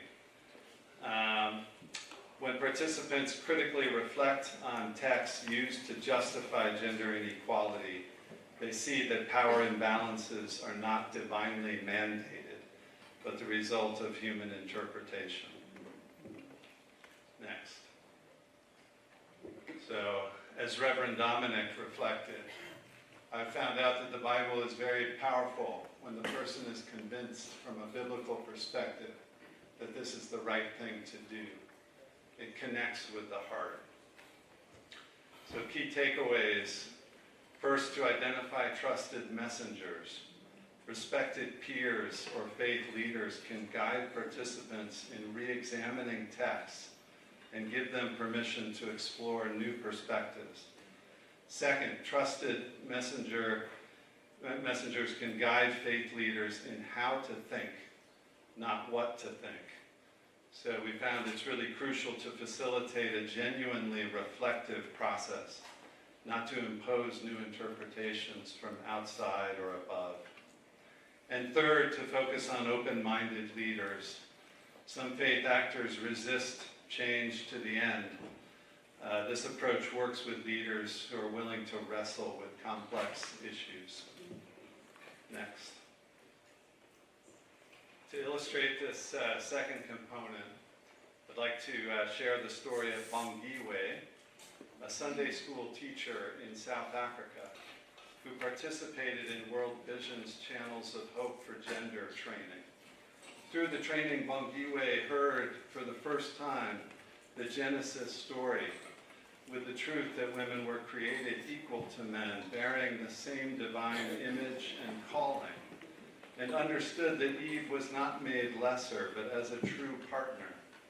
In her Sunday school classroom, Bongiwe began teaching girls and boys that all people are equal in dignity and responsibility. Where boys once ordered girls to clean their desks and blackboards, today they share the work together. The love of God makes people equal in value and authority, she teaches. Her witness extends beyond the church walls, challenging norms that had gone unquestioned for generations. Next. So moving to the third component of good faith approaches, it's creating safe spaces for community dialogue.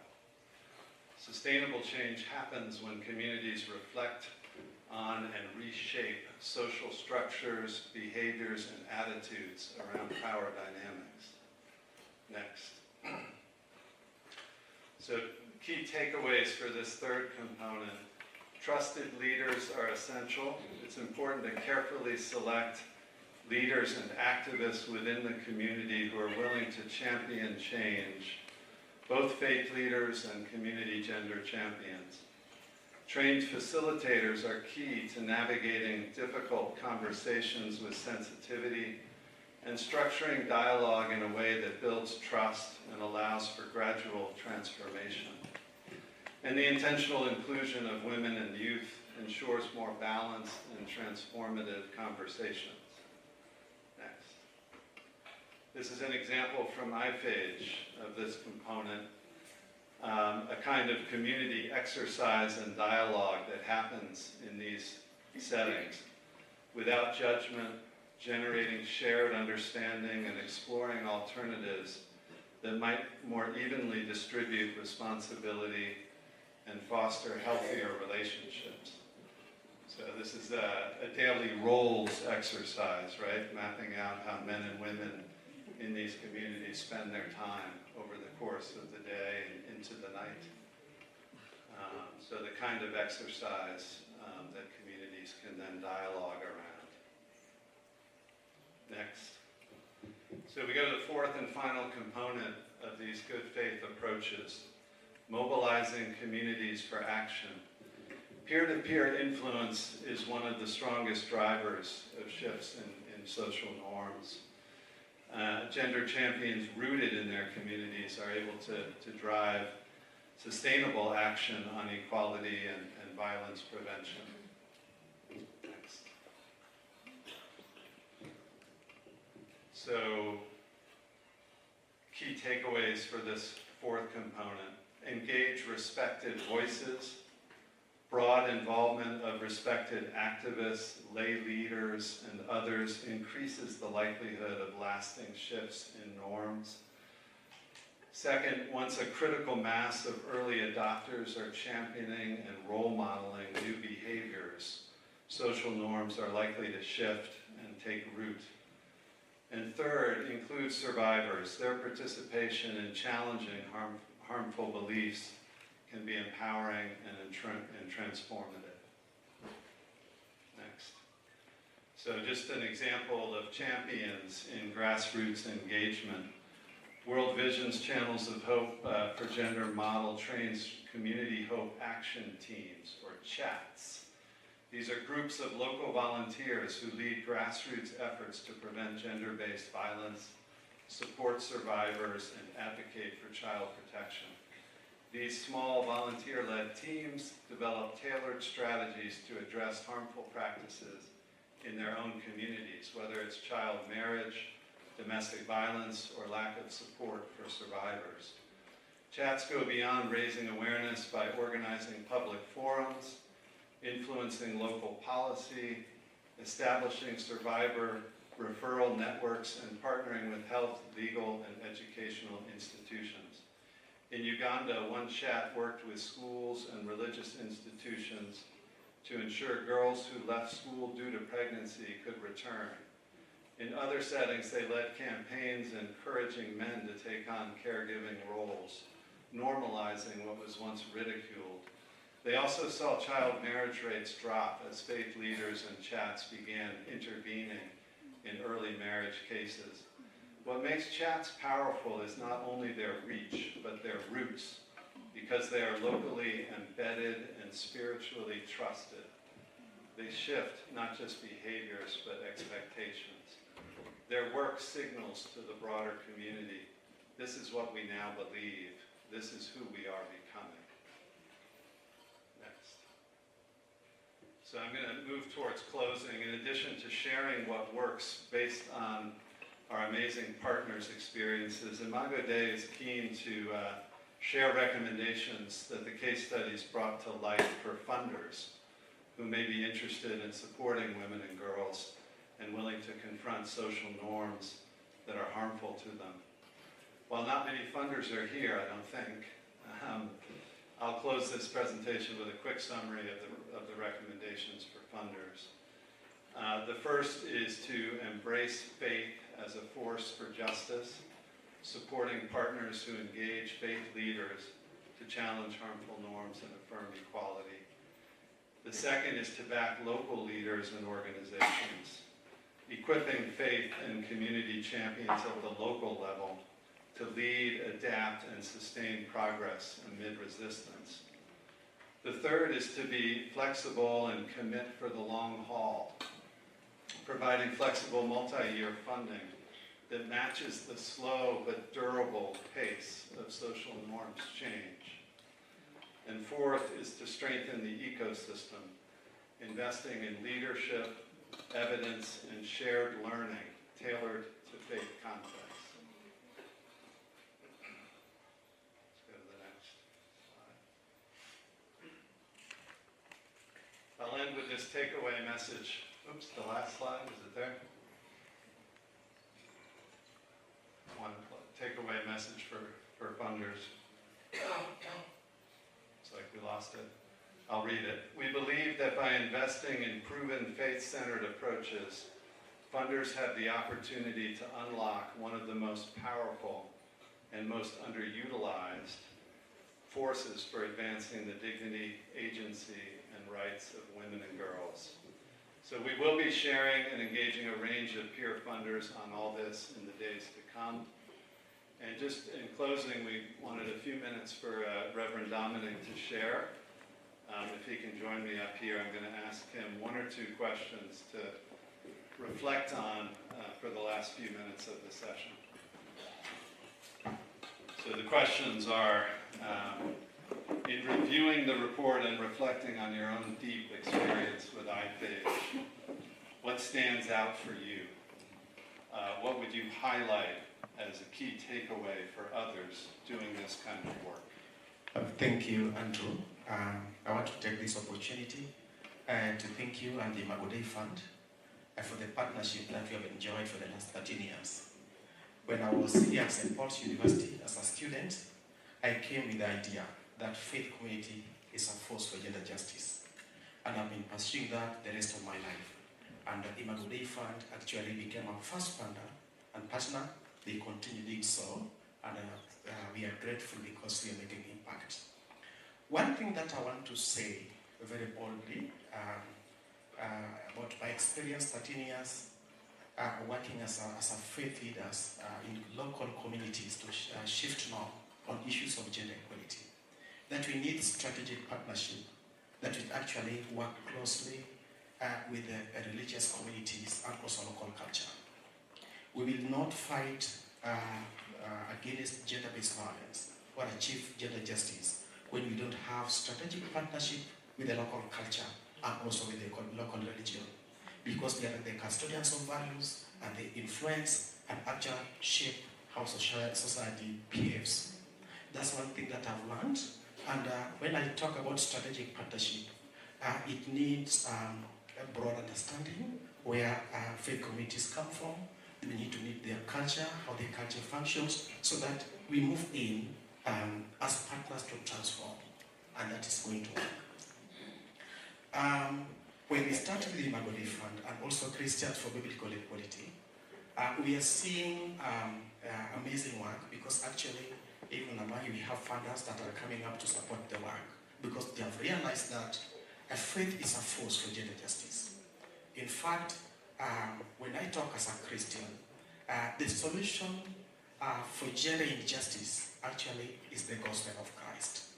What actually brought Christ in my faith is actually to do away with patriarchy, and that's what took Christ to the cross. So I believe that to donors and also to those who are funding the work, many times some of them fear, but when they gain courage and partner with the local communities and give the resources that they need, we are going to actually do away with gender injustices. So we appeal for donors to relook into their strategies and seek ways that they can partner with local churches, with local religious communities for transformation. That is very key. Another thing I want to always say, because when we talk about gatekeepers, faith actors, we talk about theological institutions. And that's why we are so strategic to partner with St. Paul's University, Uganda Christian University, so that because it's the factory where these opinion leaders are being shaped. We are also appealing for donors to think about working with such institutions, so that actually the curriculum, how they are being shaped, actually is something that is going to work out for them. because the way they are taught is how they are going actually to act in the local community. Thank you so much, and may God bless you. Thank you, Reverend Dominic. I think that wraps us up. We will have a breakaway session that I guess you'll hear about in a few minutes. Yes, we invite you because we have the whole of 1 hour to have this discussion. We have a report that we have, and we are also interested in the beginning for this movement that this is one of the reports that actually we are going to work with. Thank you.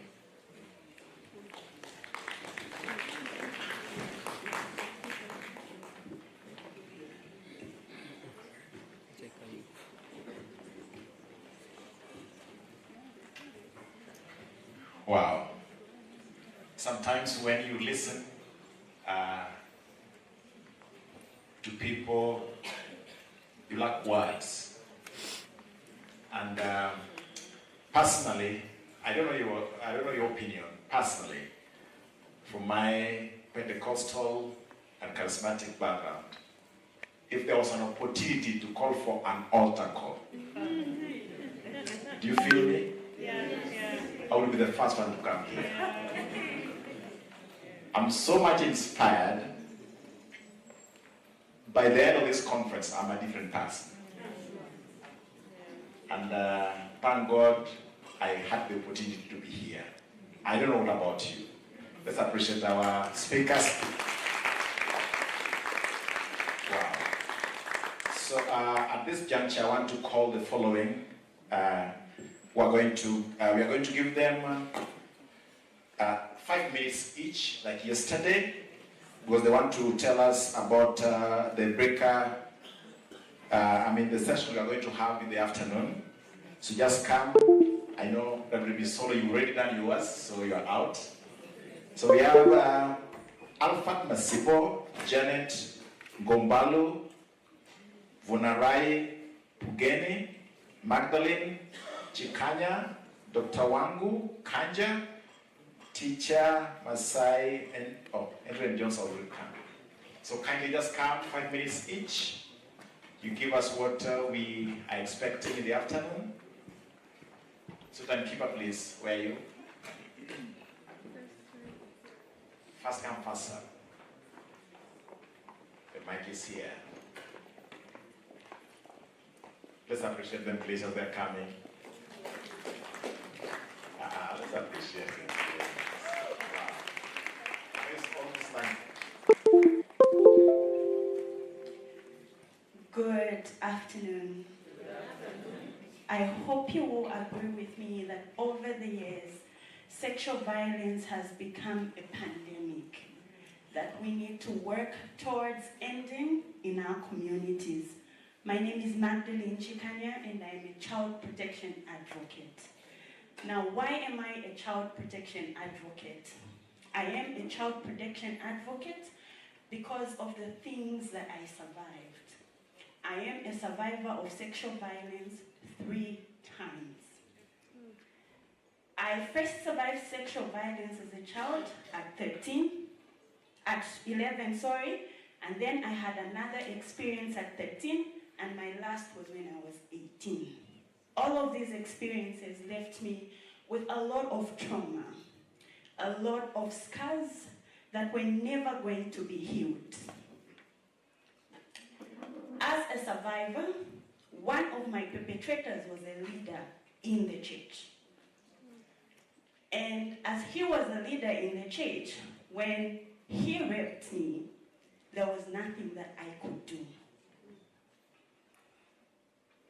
In living in silence, and of course knowing that girls should never wash their dirty linen in public, because what we were meant for was to be clothed, never to show our legs, never to show our hands, and to always look down when men passed by, because our bodies were a temptation for men.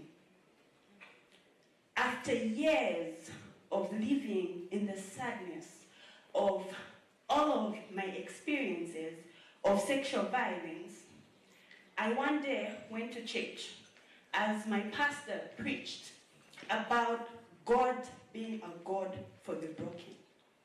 his message cut through my spirit, and I thought he talked about me. When he was done with the sermon, I went to him and I told him what the sermon had done to me and how it had impacted me. And I told him about my survivor experiences. He asked me, "Did you scream? Did you fight back?" I took a deep breath as I simply gathered all the strength in my tiny body and simply said, "No." He proclaimed his judgment against me. He was God and he was a pastor in one moment. From that day on, I knew God did not love me and the church wasn't mine. This experiences, as I continued to journey in my life and really heal, I began to learn that there was something that I needed to do in my church. And this brought me to creating a curriculum that trains pastors, simply put, faith leaders, to recognize, prevent, and report violence that happens in the church, as well as support survivors of sexual violence. Does sexual violence really happen in the church? Do survivors exist in our church? If they do, what is our response when sexual violence does happen in the church? Do we sweep it under a rug? Do we ask survivors to keep quiet because it's shameful to talk about it? Do we ask survivors to forgive their perpetrators and just forget that it happened because God has called us to forgive and to forget? Do we ask survivors what they were wearing or if they fought back? Do we judge them for what they were wearing? How do we then support survivors of sexual violence? Do we respond to them by telling them, "I believe you, I will stand with you, it wasn't your fault"? Or do we simply just ask them what they need on the moment?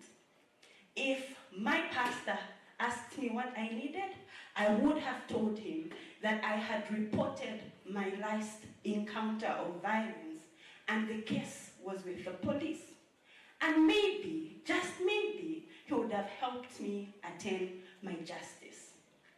My response to all of these questions, as I kept on reflecting, was to create that one curriculum that I told you about. And today, I simply implement these workshops in my church, reaching over 300 faith leaders across Zambia. These faith leaders have also been reaching their own communities, children, women, men, and other faith leaders in their community. My invitation today is for you to join me to expand my reach. I am looking for grant partners to help me reach 500 pastors that would then reach another 500. My invitation is for you to partner with me by simply inviting our offices in Zambia and in Kenya to come and train people in your faith communities. We have beautiful resources that we use to implement that support the faith leaders curriculum, including the Pendos Power. We have an exhibition table right outside. Please do visit us to learn how we could work together and really bring the transformation in our communities so that faith leaders can know how to respond to sexual violence, how to recognize when it does happen, and how to prevent it in their communities. Come to my breakout room. I will be at Cypress Hall. Thank you.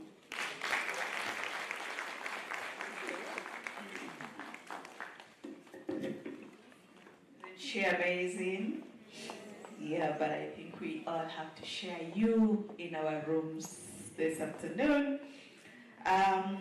So our moderator talked about an altar call, but I'll make a registry of some names, and I'm hoping some of you will find them familiar.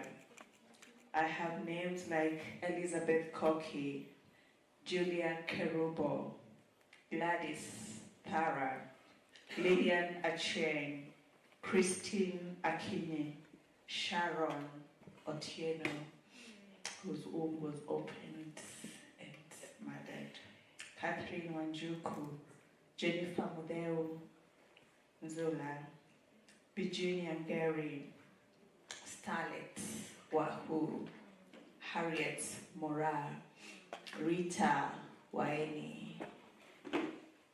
Number 10, 11, 700, 800, and the number goes on daily.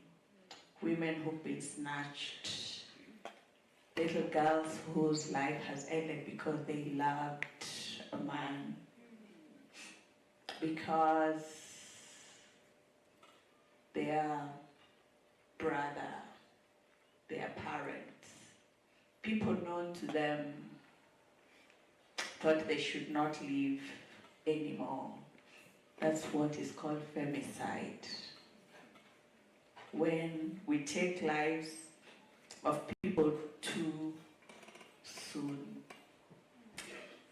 The UN says every 10 minutes a woman is killed by an intimate partner or family member.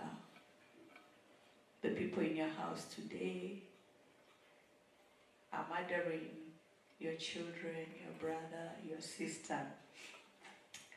But we are saying, as Christian Aid, as people in Side by Side, as partners who we are working with, for a long time, we have been silent.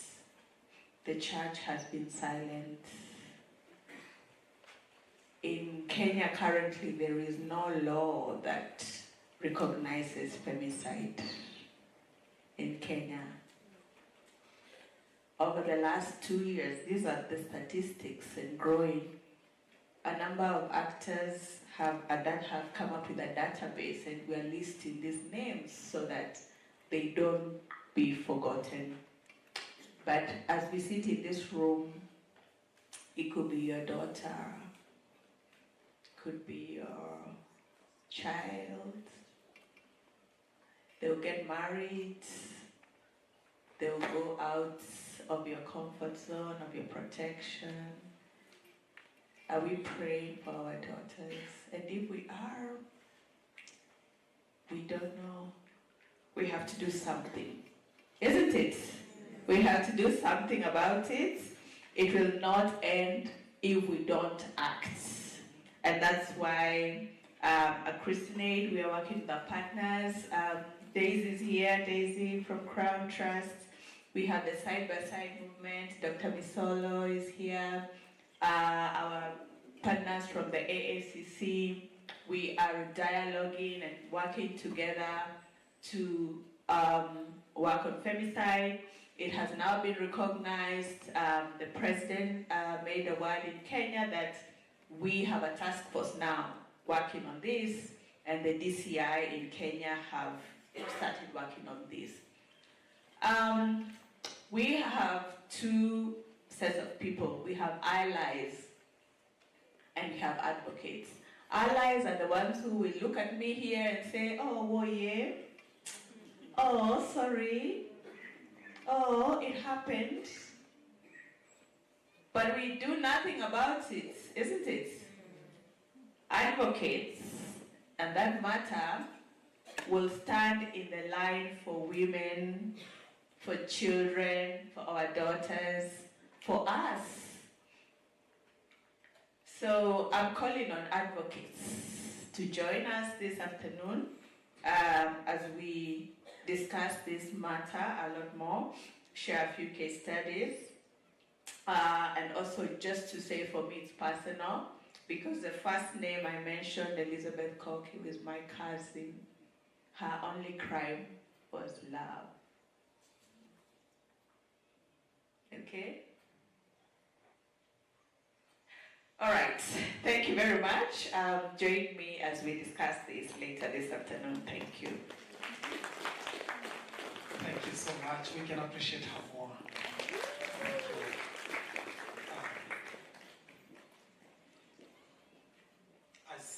I serve as a minister. I am a father. I'm a brother. I hid so many things in my life that I went through, especially in the church, and I cannot speak about them all now. But one statement that is really embraced in the Jerry work, and especially the methodology of the Gender Equity and Reconciliation International, is the declaration by Martin Luther King Jr. that says injustice and corruption cannot be transformed by keeping them hidden,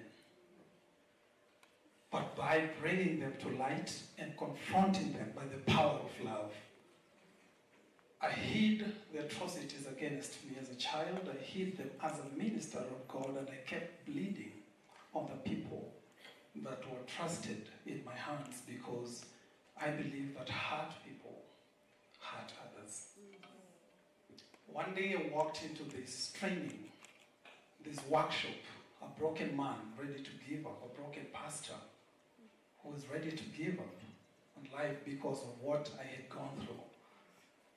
In this particular room, I met Muslims and Christians, Hindus, churched people and unchurched people. They were inside there, strangers at first. But later, after we went through a truth-telling process, which is a process that applies most of what Archbishop Desmond Tutu said, truth and reconciliation, I was able to smile again, see light again, and preach life again.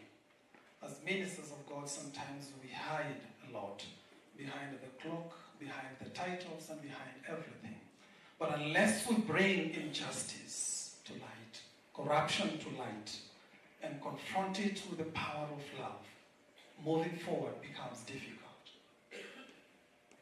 Gender Equity and Reconciliation International has helped train over 300 facilitators in the world, gone through workshops with thousands of participants in over 18 countries in the world. And as I'm speaking, this is one of the processes that we are trying to bring. We are bringing to the world, to the society we are living in. After I went through it, I appreciate the global team of Gender Equity and Reconciliation International. I appreciate the facilitators who are here present. We have Garrett, we have Lepish somewhere here in the room, and my beautiful wife, Amina, in the room. And by the way, happy birthday to you. Especially for her. We have brought this work together with her in Kibra. We brought it to Busia, we brought it to Kisumu, and we have seen real transformation. I invite you to dream with us for a gender-healed world. Just for a moment. And my question to you is, what courage do you have personally to walk this journey towards a gender-healed world? And go beyond that. Which courage, what courage, how much courage do you have to hold the hand of another person without actually considering their otherness, their sex, their gender, their race, and just walk towards a gender-healed world? Do we have that courage? This is an invitation for a process. We are not going to do presentation in our breakout room. We are going to take you through a short process and experience what we experience together. Not for the sake of experiencing, but so that we can take this work further. We all need each other. What I can say is that the tears of gender injustice have endured for many nights Many nights we've had people speak about the concerns in Congo, the cries in Cote d'Ivoire, the tears in Tanzania. We've had all that. But then in you and me, we hold the hope of having joy in the morning and the joy of a gender-healed world. Thank you so much. My name is Teacher Masai.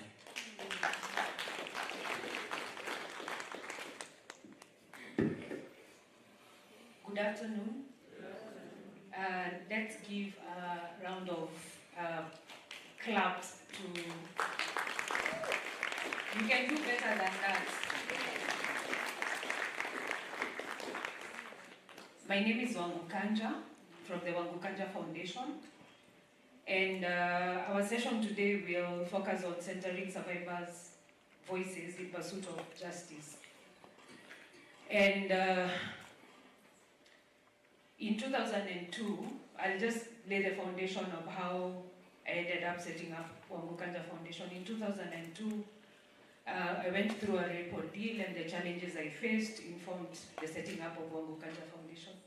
And the speakers before me, something happened to them for them to initiate an initiative that is going to support people likely having gone through a similar experience. And for me, I want you to envision or imagine a world where there is peace, there is compassion, there is no violence, everyone is healed. Because even in this room, people have trauma that they've not addressed. We can't say, I'm whole 100%, I don't have any trauma. That's a lie. Because even when you are in your mom's womb, whatever she was going through at that particular time informed how you react to things today, how you present, how you show up, how you interact with people. But then life also takes you in a course where you interact with different people. So there are your parents, your relatives, people in school, people in church, people that you work with. At any one particular time, you will have encountered someone who traumatized you. But then, as a society, we do not know how to assist people who have gone through trauma. We victimize them, we blame them, we shame them. We do all manner of things, even discriminate them not to join groups or be part of a society or a community. And for us, under Wangu Kanja Foundation, having a focus on survivors of sexual violence, men, women, and children, and we do not discriminate. As long as you're a human being and you've gone through sexual violence, we stand with you.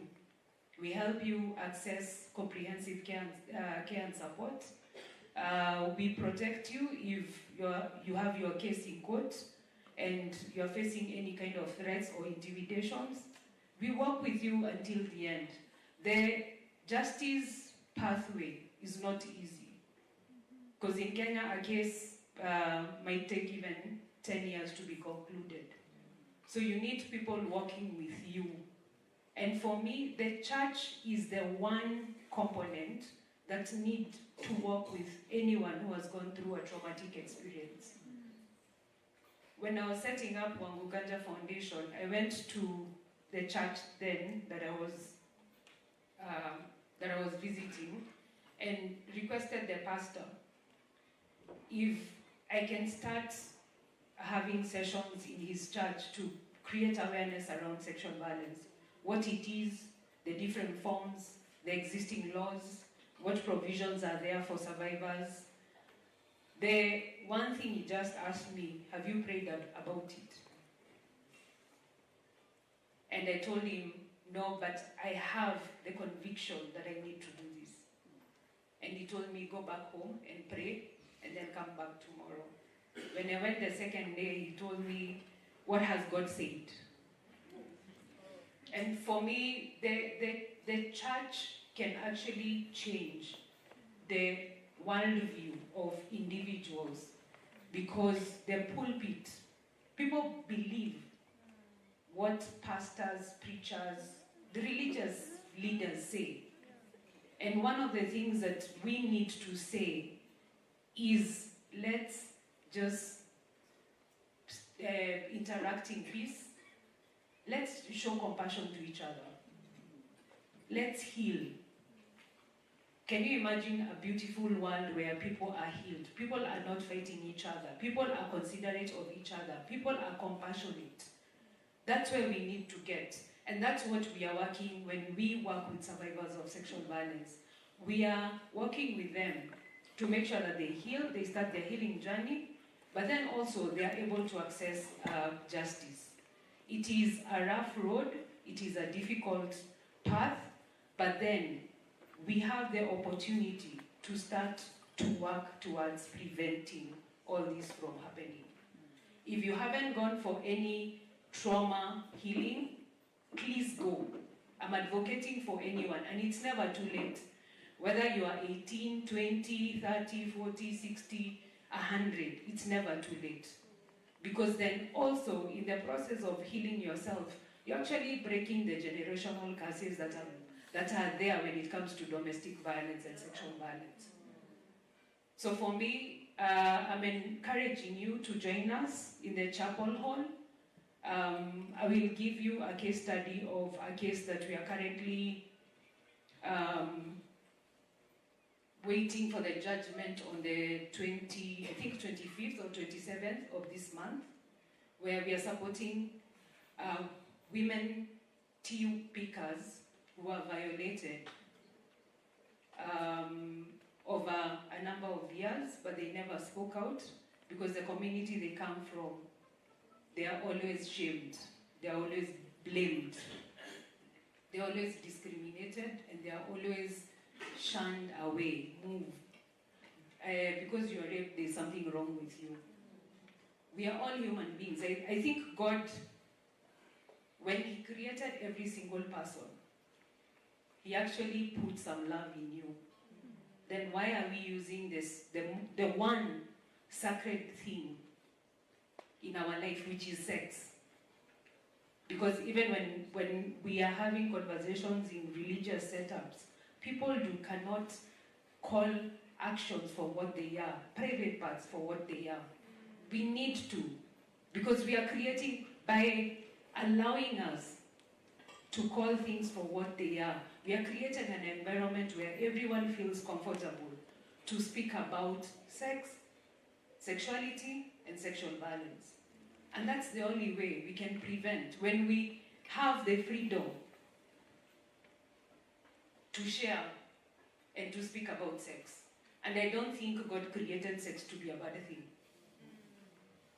He created it for, one, intimacy and also procreation, but also people to enjoy it, not to use it as a weapon against each other. So I'm encouraging you to come to our session, and I'm looking forward to interacting with you. Thank you.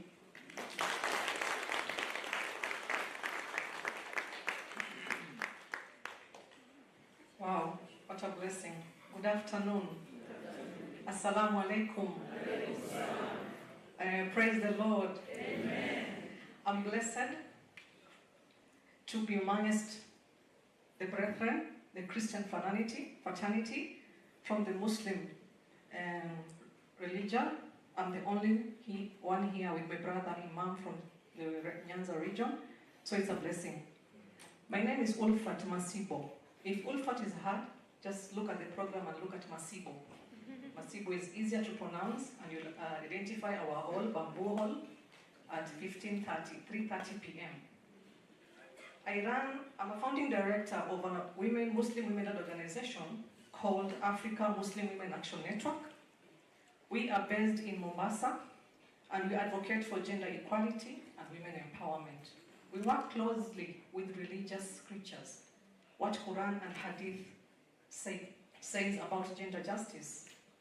And I would like to quote a famous scholar in jurisprudence, Imam Sarakshi Muhammad bin Ahmad.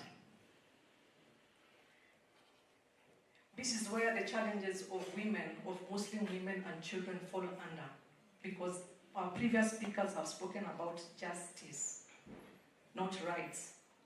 So if I quote Imam al-Sarakshi Muhammad bin Ahmad bin Sahli, 483/1080, 1090 AD, the verses of justice are one part of the clearly stated law. Mahkam. Mahkam is the justice system, the court in Arabic. Is eternal from the time of the Prophet Adam up to the end of time. So any hadith which is a source of law, any Quranic verse which is a source of law at the Qadi's court, which is a subordinate court in the Kenyan system, if it talks about justice, it is liveth till eternity. So we cannot escape justice in our Quranic scriptures and say this is not for us and leave the others. Qadi's court is where family law cases are being heard concerning marriages and divorce, concerning Islamic law of succession, inheritance, and matters of personal status, for example, adoption and the others. So this court existed way before in 1895, but it is only in 2010 where Kenyan Constitution promulgation enshrined it in the Article 170 to be a court of law. Is that a blessing? Because we are 11% Muslims in Kenya out of 50 million Kenyans. So this is a journey we have traveled a long way since pre-colonial days and post-colonial up to date. I want us to come to Bamboo Hall and understand the rights of a woman in marriage, in divorce, and the rights of children. For example, I'll give you a hadith everybody knows as a theologian. And we have heard marriage of underage girls. Most scholars refer it to the practice, which is a sunnah hadith of the Prophet Muhammad, that he married a 9-year-old. But they are limiting and excluding the part that says he waited until the girl entered puberty. He mentored the girl. The girl, Lady Aisha, the best favorite wife of the Prophet Muhammad sallallahu alaihi wasallam, peace be upon him, was the favorite because he was an ulama. Ulama is the word of a scholar. She could advise the Prophet during difficult times of political emancipation during Islamic missionary days. So this other part of Lady Aisha is not remembered. This other part of mentoring is not remembered. We only look at the early child marriage, which is a crisis. Intersectionally, we are Muslims, we are girls, and we are married. So the culture and the scriptures and the hadith need to be reread in a humane perspective, in a human rights perspective, as per the Kenyan law, as per the Quran, and as per the international laws and conventions that we are party to as Kenyans. Because if we continue saying it is right to marry our girls at 9, we are wrong as scholars of Islamic law and Sharia. We are sending the wrong message to the Christian brethren and other religious spaces because they have the wrong notion, which you cannot blame. So join me in this panel, in this workshop preparation session, where we'll understand how Africa Muslim Women Action Network has worked with community leaders, has worked with the Qadi's Court of Kenya as great partners. We really thank them. We have a toolkit that we have been training imams, Qadis, magistrates who are magistrates. Qadi is just a name meaning in Arabic they are judges. So they're under the judiciary. They are paid like any other magistrate. Their employer is JSC. This is the complex of where Islamic law falls under. The public assumes things which are not there. So this breakout session will make us understand how we trained our women, our imams, our Qadis, and multi-agencies to understand the Islamic Sharia, how it advances Muslim women. Like I just mentioned, Lady Aisha, the favorite wife of the Prophet, was the advisor. How many of us had that before coming here? It is in the, yes, thank you. It is in the history of Islamic feminism, which is ignored during our practices and scholars. So my brothers and sisters, we'll describe the culture and religious text and the Muslim population and the community, how we've been able to train all the stakeholders who are relevant to this project, and how the toolkit has made us reach plus 1,000 people across 3 counties in Coast, Kilifi, Mombasa.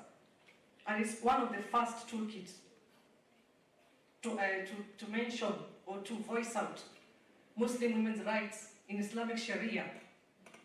So we had a scholar who did it for us, and we are grateful because we have been able now to change the mindset of our scholars, of our women, to make them understand not to marry off our girls, make them understand to give their issues concerning GBV and such like cases.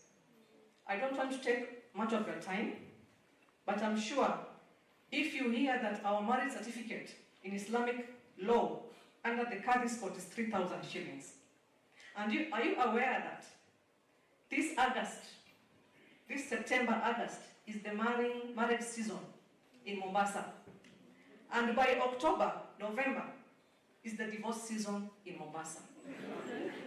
Yes. And me, I attend marriages of my nieces who are underage. But what can I do? They will tell me, your cousin was married at the same age. You get the history they'll give me. And they'll tell me to stop interfering and using modern law to change the mindset of our community. So since 2019, up to date, we thank the partnership side by side. Our international coordinator is here, Dr. Namtando Hadebe.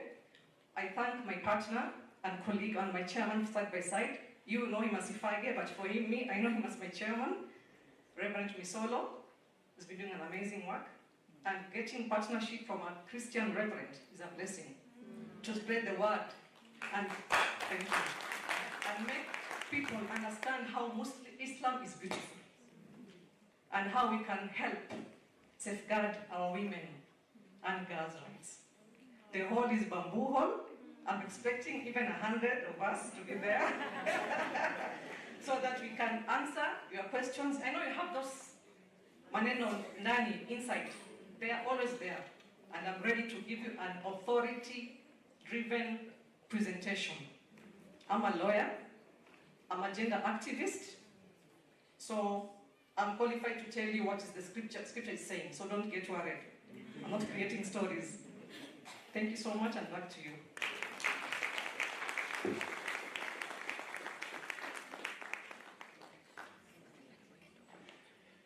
Wow, this was really insightful. I wish my session was not at the same time. I would have loved to attend and listen to that. Thank you all for giving me the chance to share with you what I will be talking about this afternoon.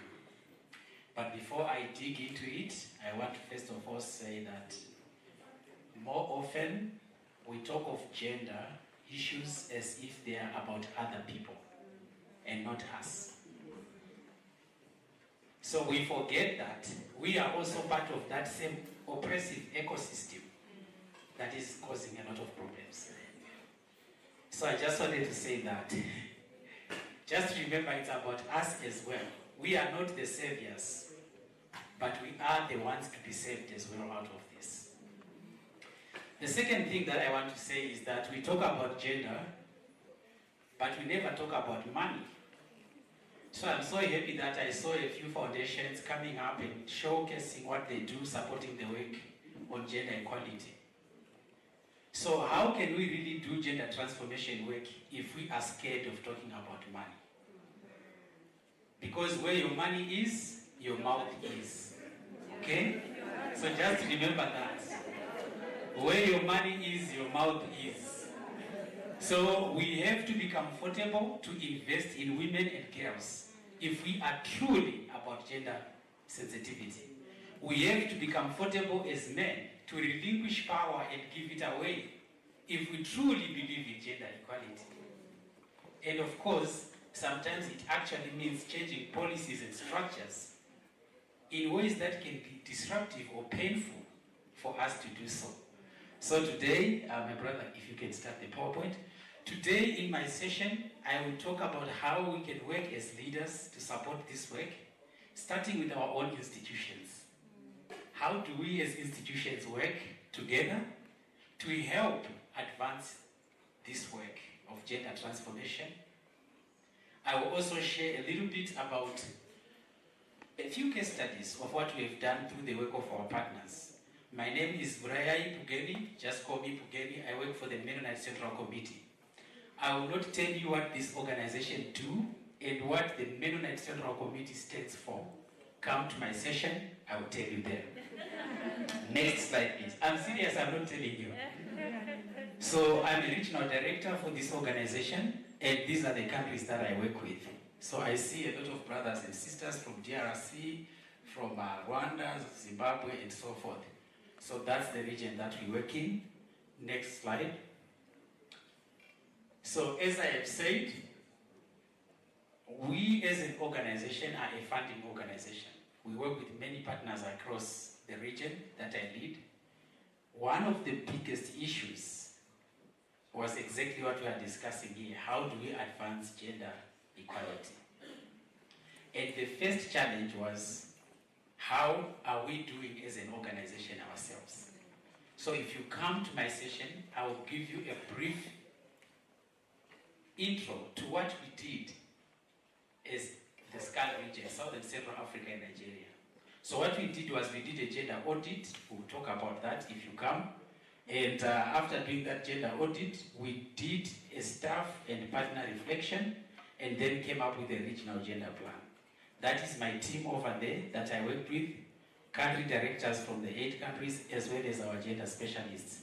I do have my team here. My team, can you raise up your hands? Yes, there they are. There they are. So we tried as much as possible to start working on ourselves first before we work on others. And as I said, we invested money into the process. Because if you cannot put money, trust me, nothing will move. Women know what they need, and they know how to get it done. What they don't have is money. What they don't have is opportunity. And I want men in this room to repeat this.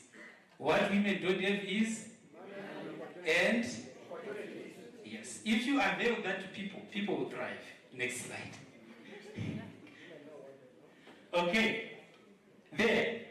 So after doing that gender audit, we then went into looking for practical steps of addressing these issues that we were seeing. When you come to my session, we are going to talk about how we embraced culture and faith for gender transformation. That was the turning point for a majority of our partners. In the picture there, you see 2 guys making yellow rice, and you see a man embracing his wife. That man told me this was the first time he hugged his wife in public. And he also told me that it was the first time that he won a certificate for being a good cook. Instead of celebrating the certificate alone, he embraced his wife and shared it with her, because the wife was the teacher. Now, when we say culture, you now wonder, how can culture be useful in helping men cook? Come to my session. We will talk about that. And I also know you wonder, how did these women make these men cook? Come to my session. And you are saying, where does faith come in? How was the church involved? Come to my session. Next slide, please. There, I will give you a tip. We partnered with IFEG for a training on faith-based, in fact, it was on masculinity, right? Right. So, again, leaders in this room, our staff, I repeat, our staff as leaders are willing to do the hard work. What they don't have is a clear strategy, a clear action plan, good leadership, resources. In my region, I made a commitment to support IFAJ to come and do a training for all my senior leaders. You see them over there. All my senior leaders have been trained. Why? Because we are a faith-based organization, but we don't have the language. We don't know how to use the Bible. We don't know how to talk about it. So we needed that support. Remember what I said, where your money is. So we invested money in these things. And IFAJ did not disappoint us. I think, Bishop, you want to stand up? Please clap hands for the bishop. He is a retired bishop, but this man is as energetic as a horse. He is very passionate. He will talk about these issues until the cows come back home. Reverend, stand up. Please clap hands for the Reverend.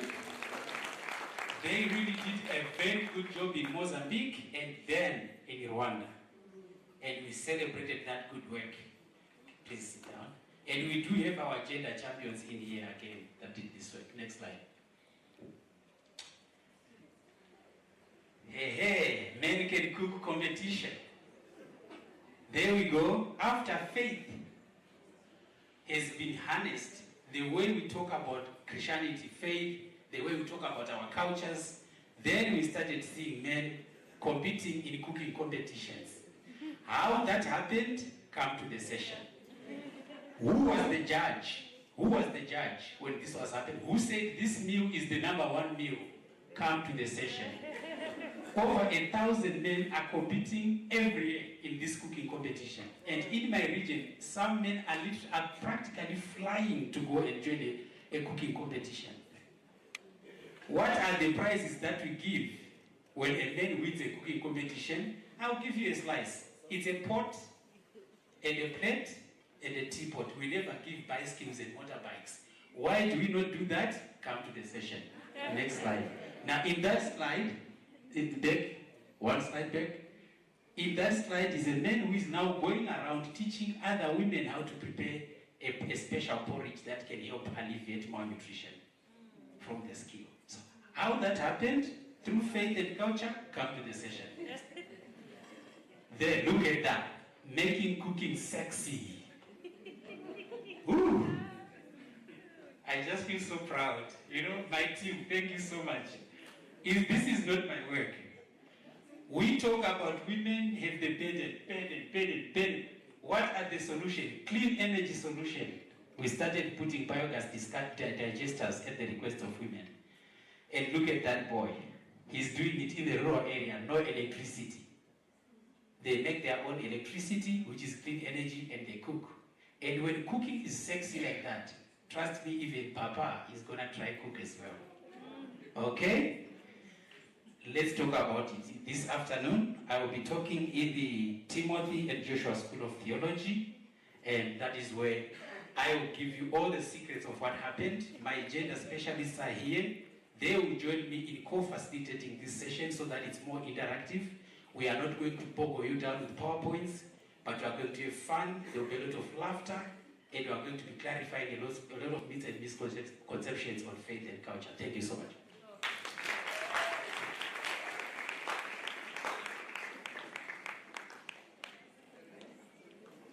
Wow. I'm undecided on where to go.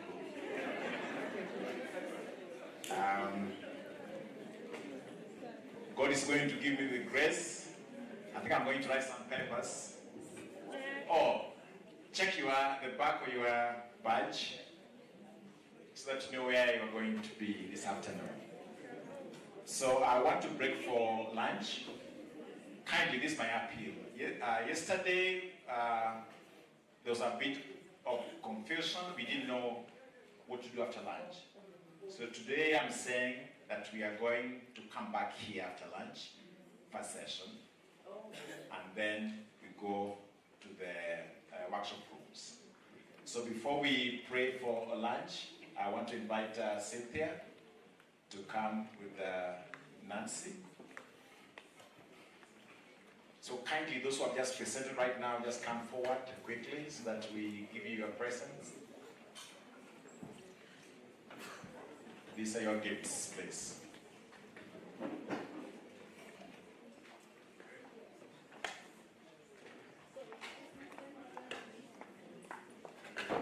So the last person to pick the basket will pray for lunch. Yes. Just come. Just come.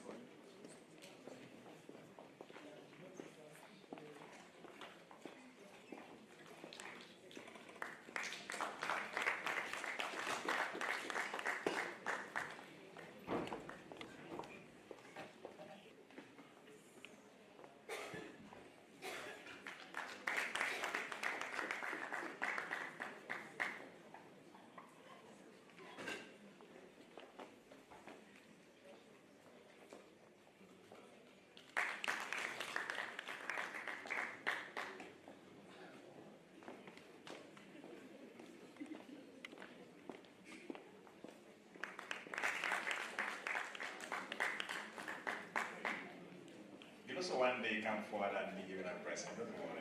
Just appreciate it. Wow.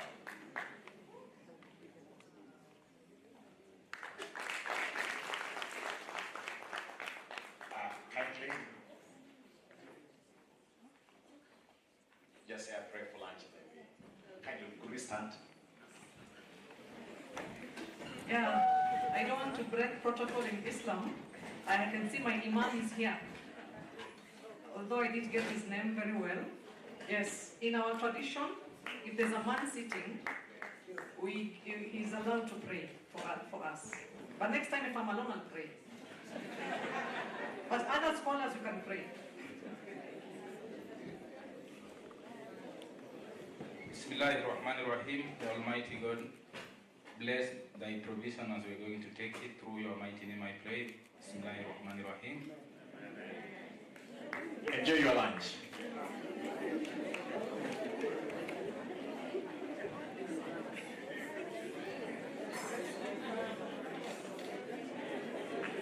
I need to a photographer sasa. Want to have a group photo? At this point. Want to have a group photo with this for Team Uganda with that background?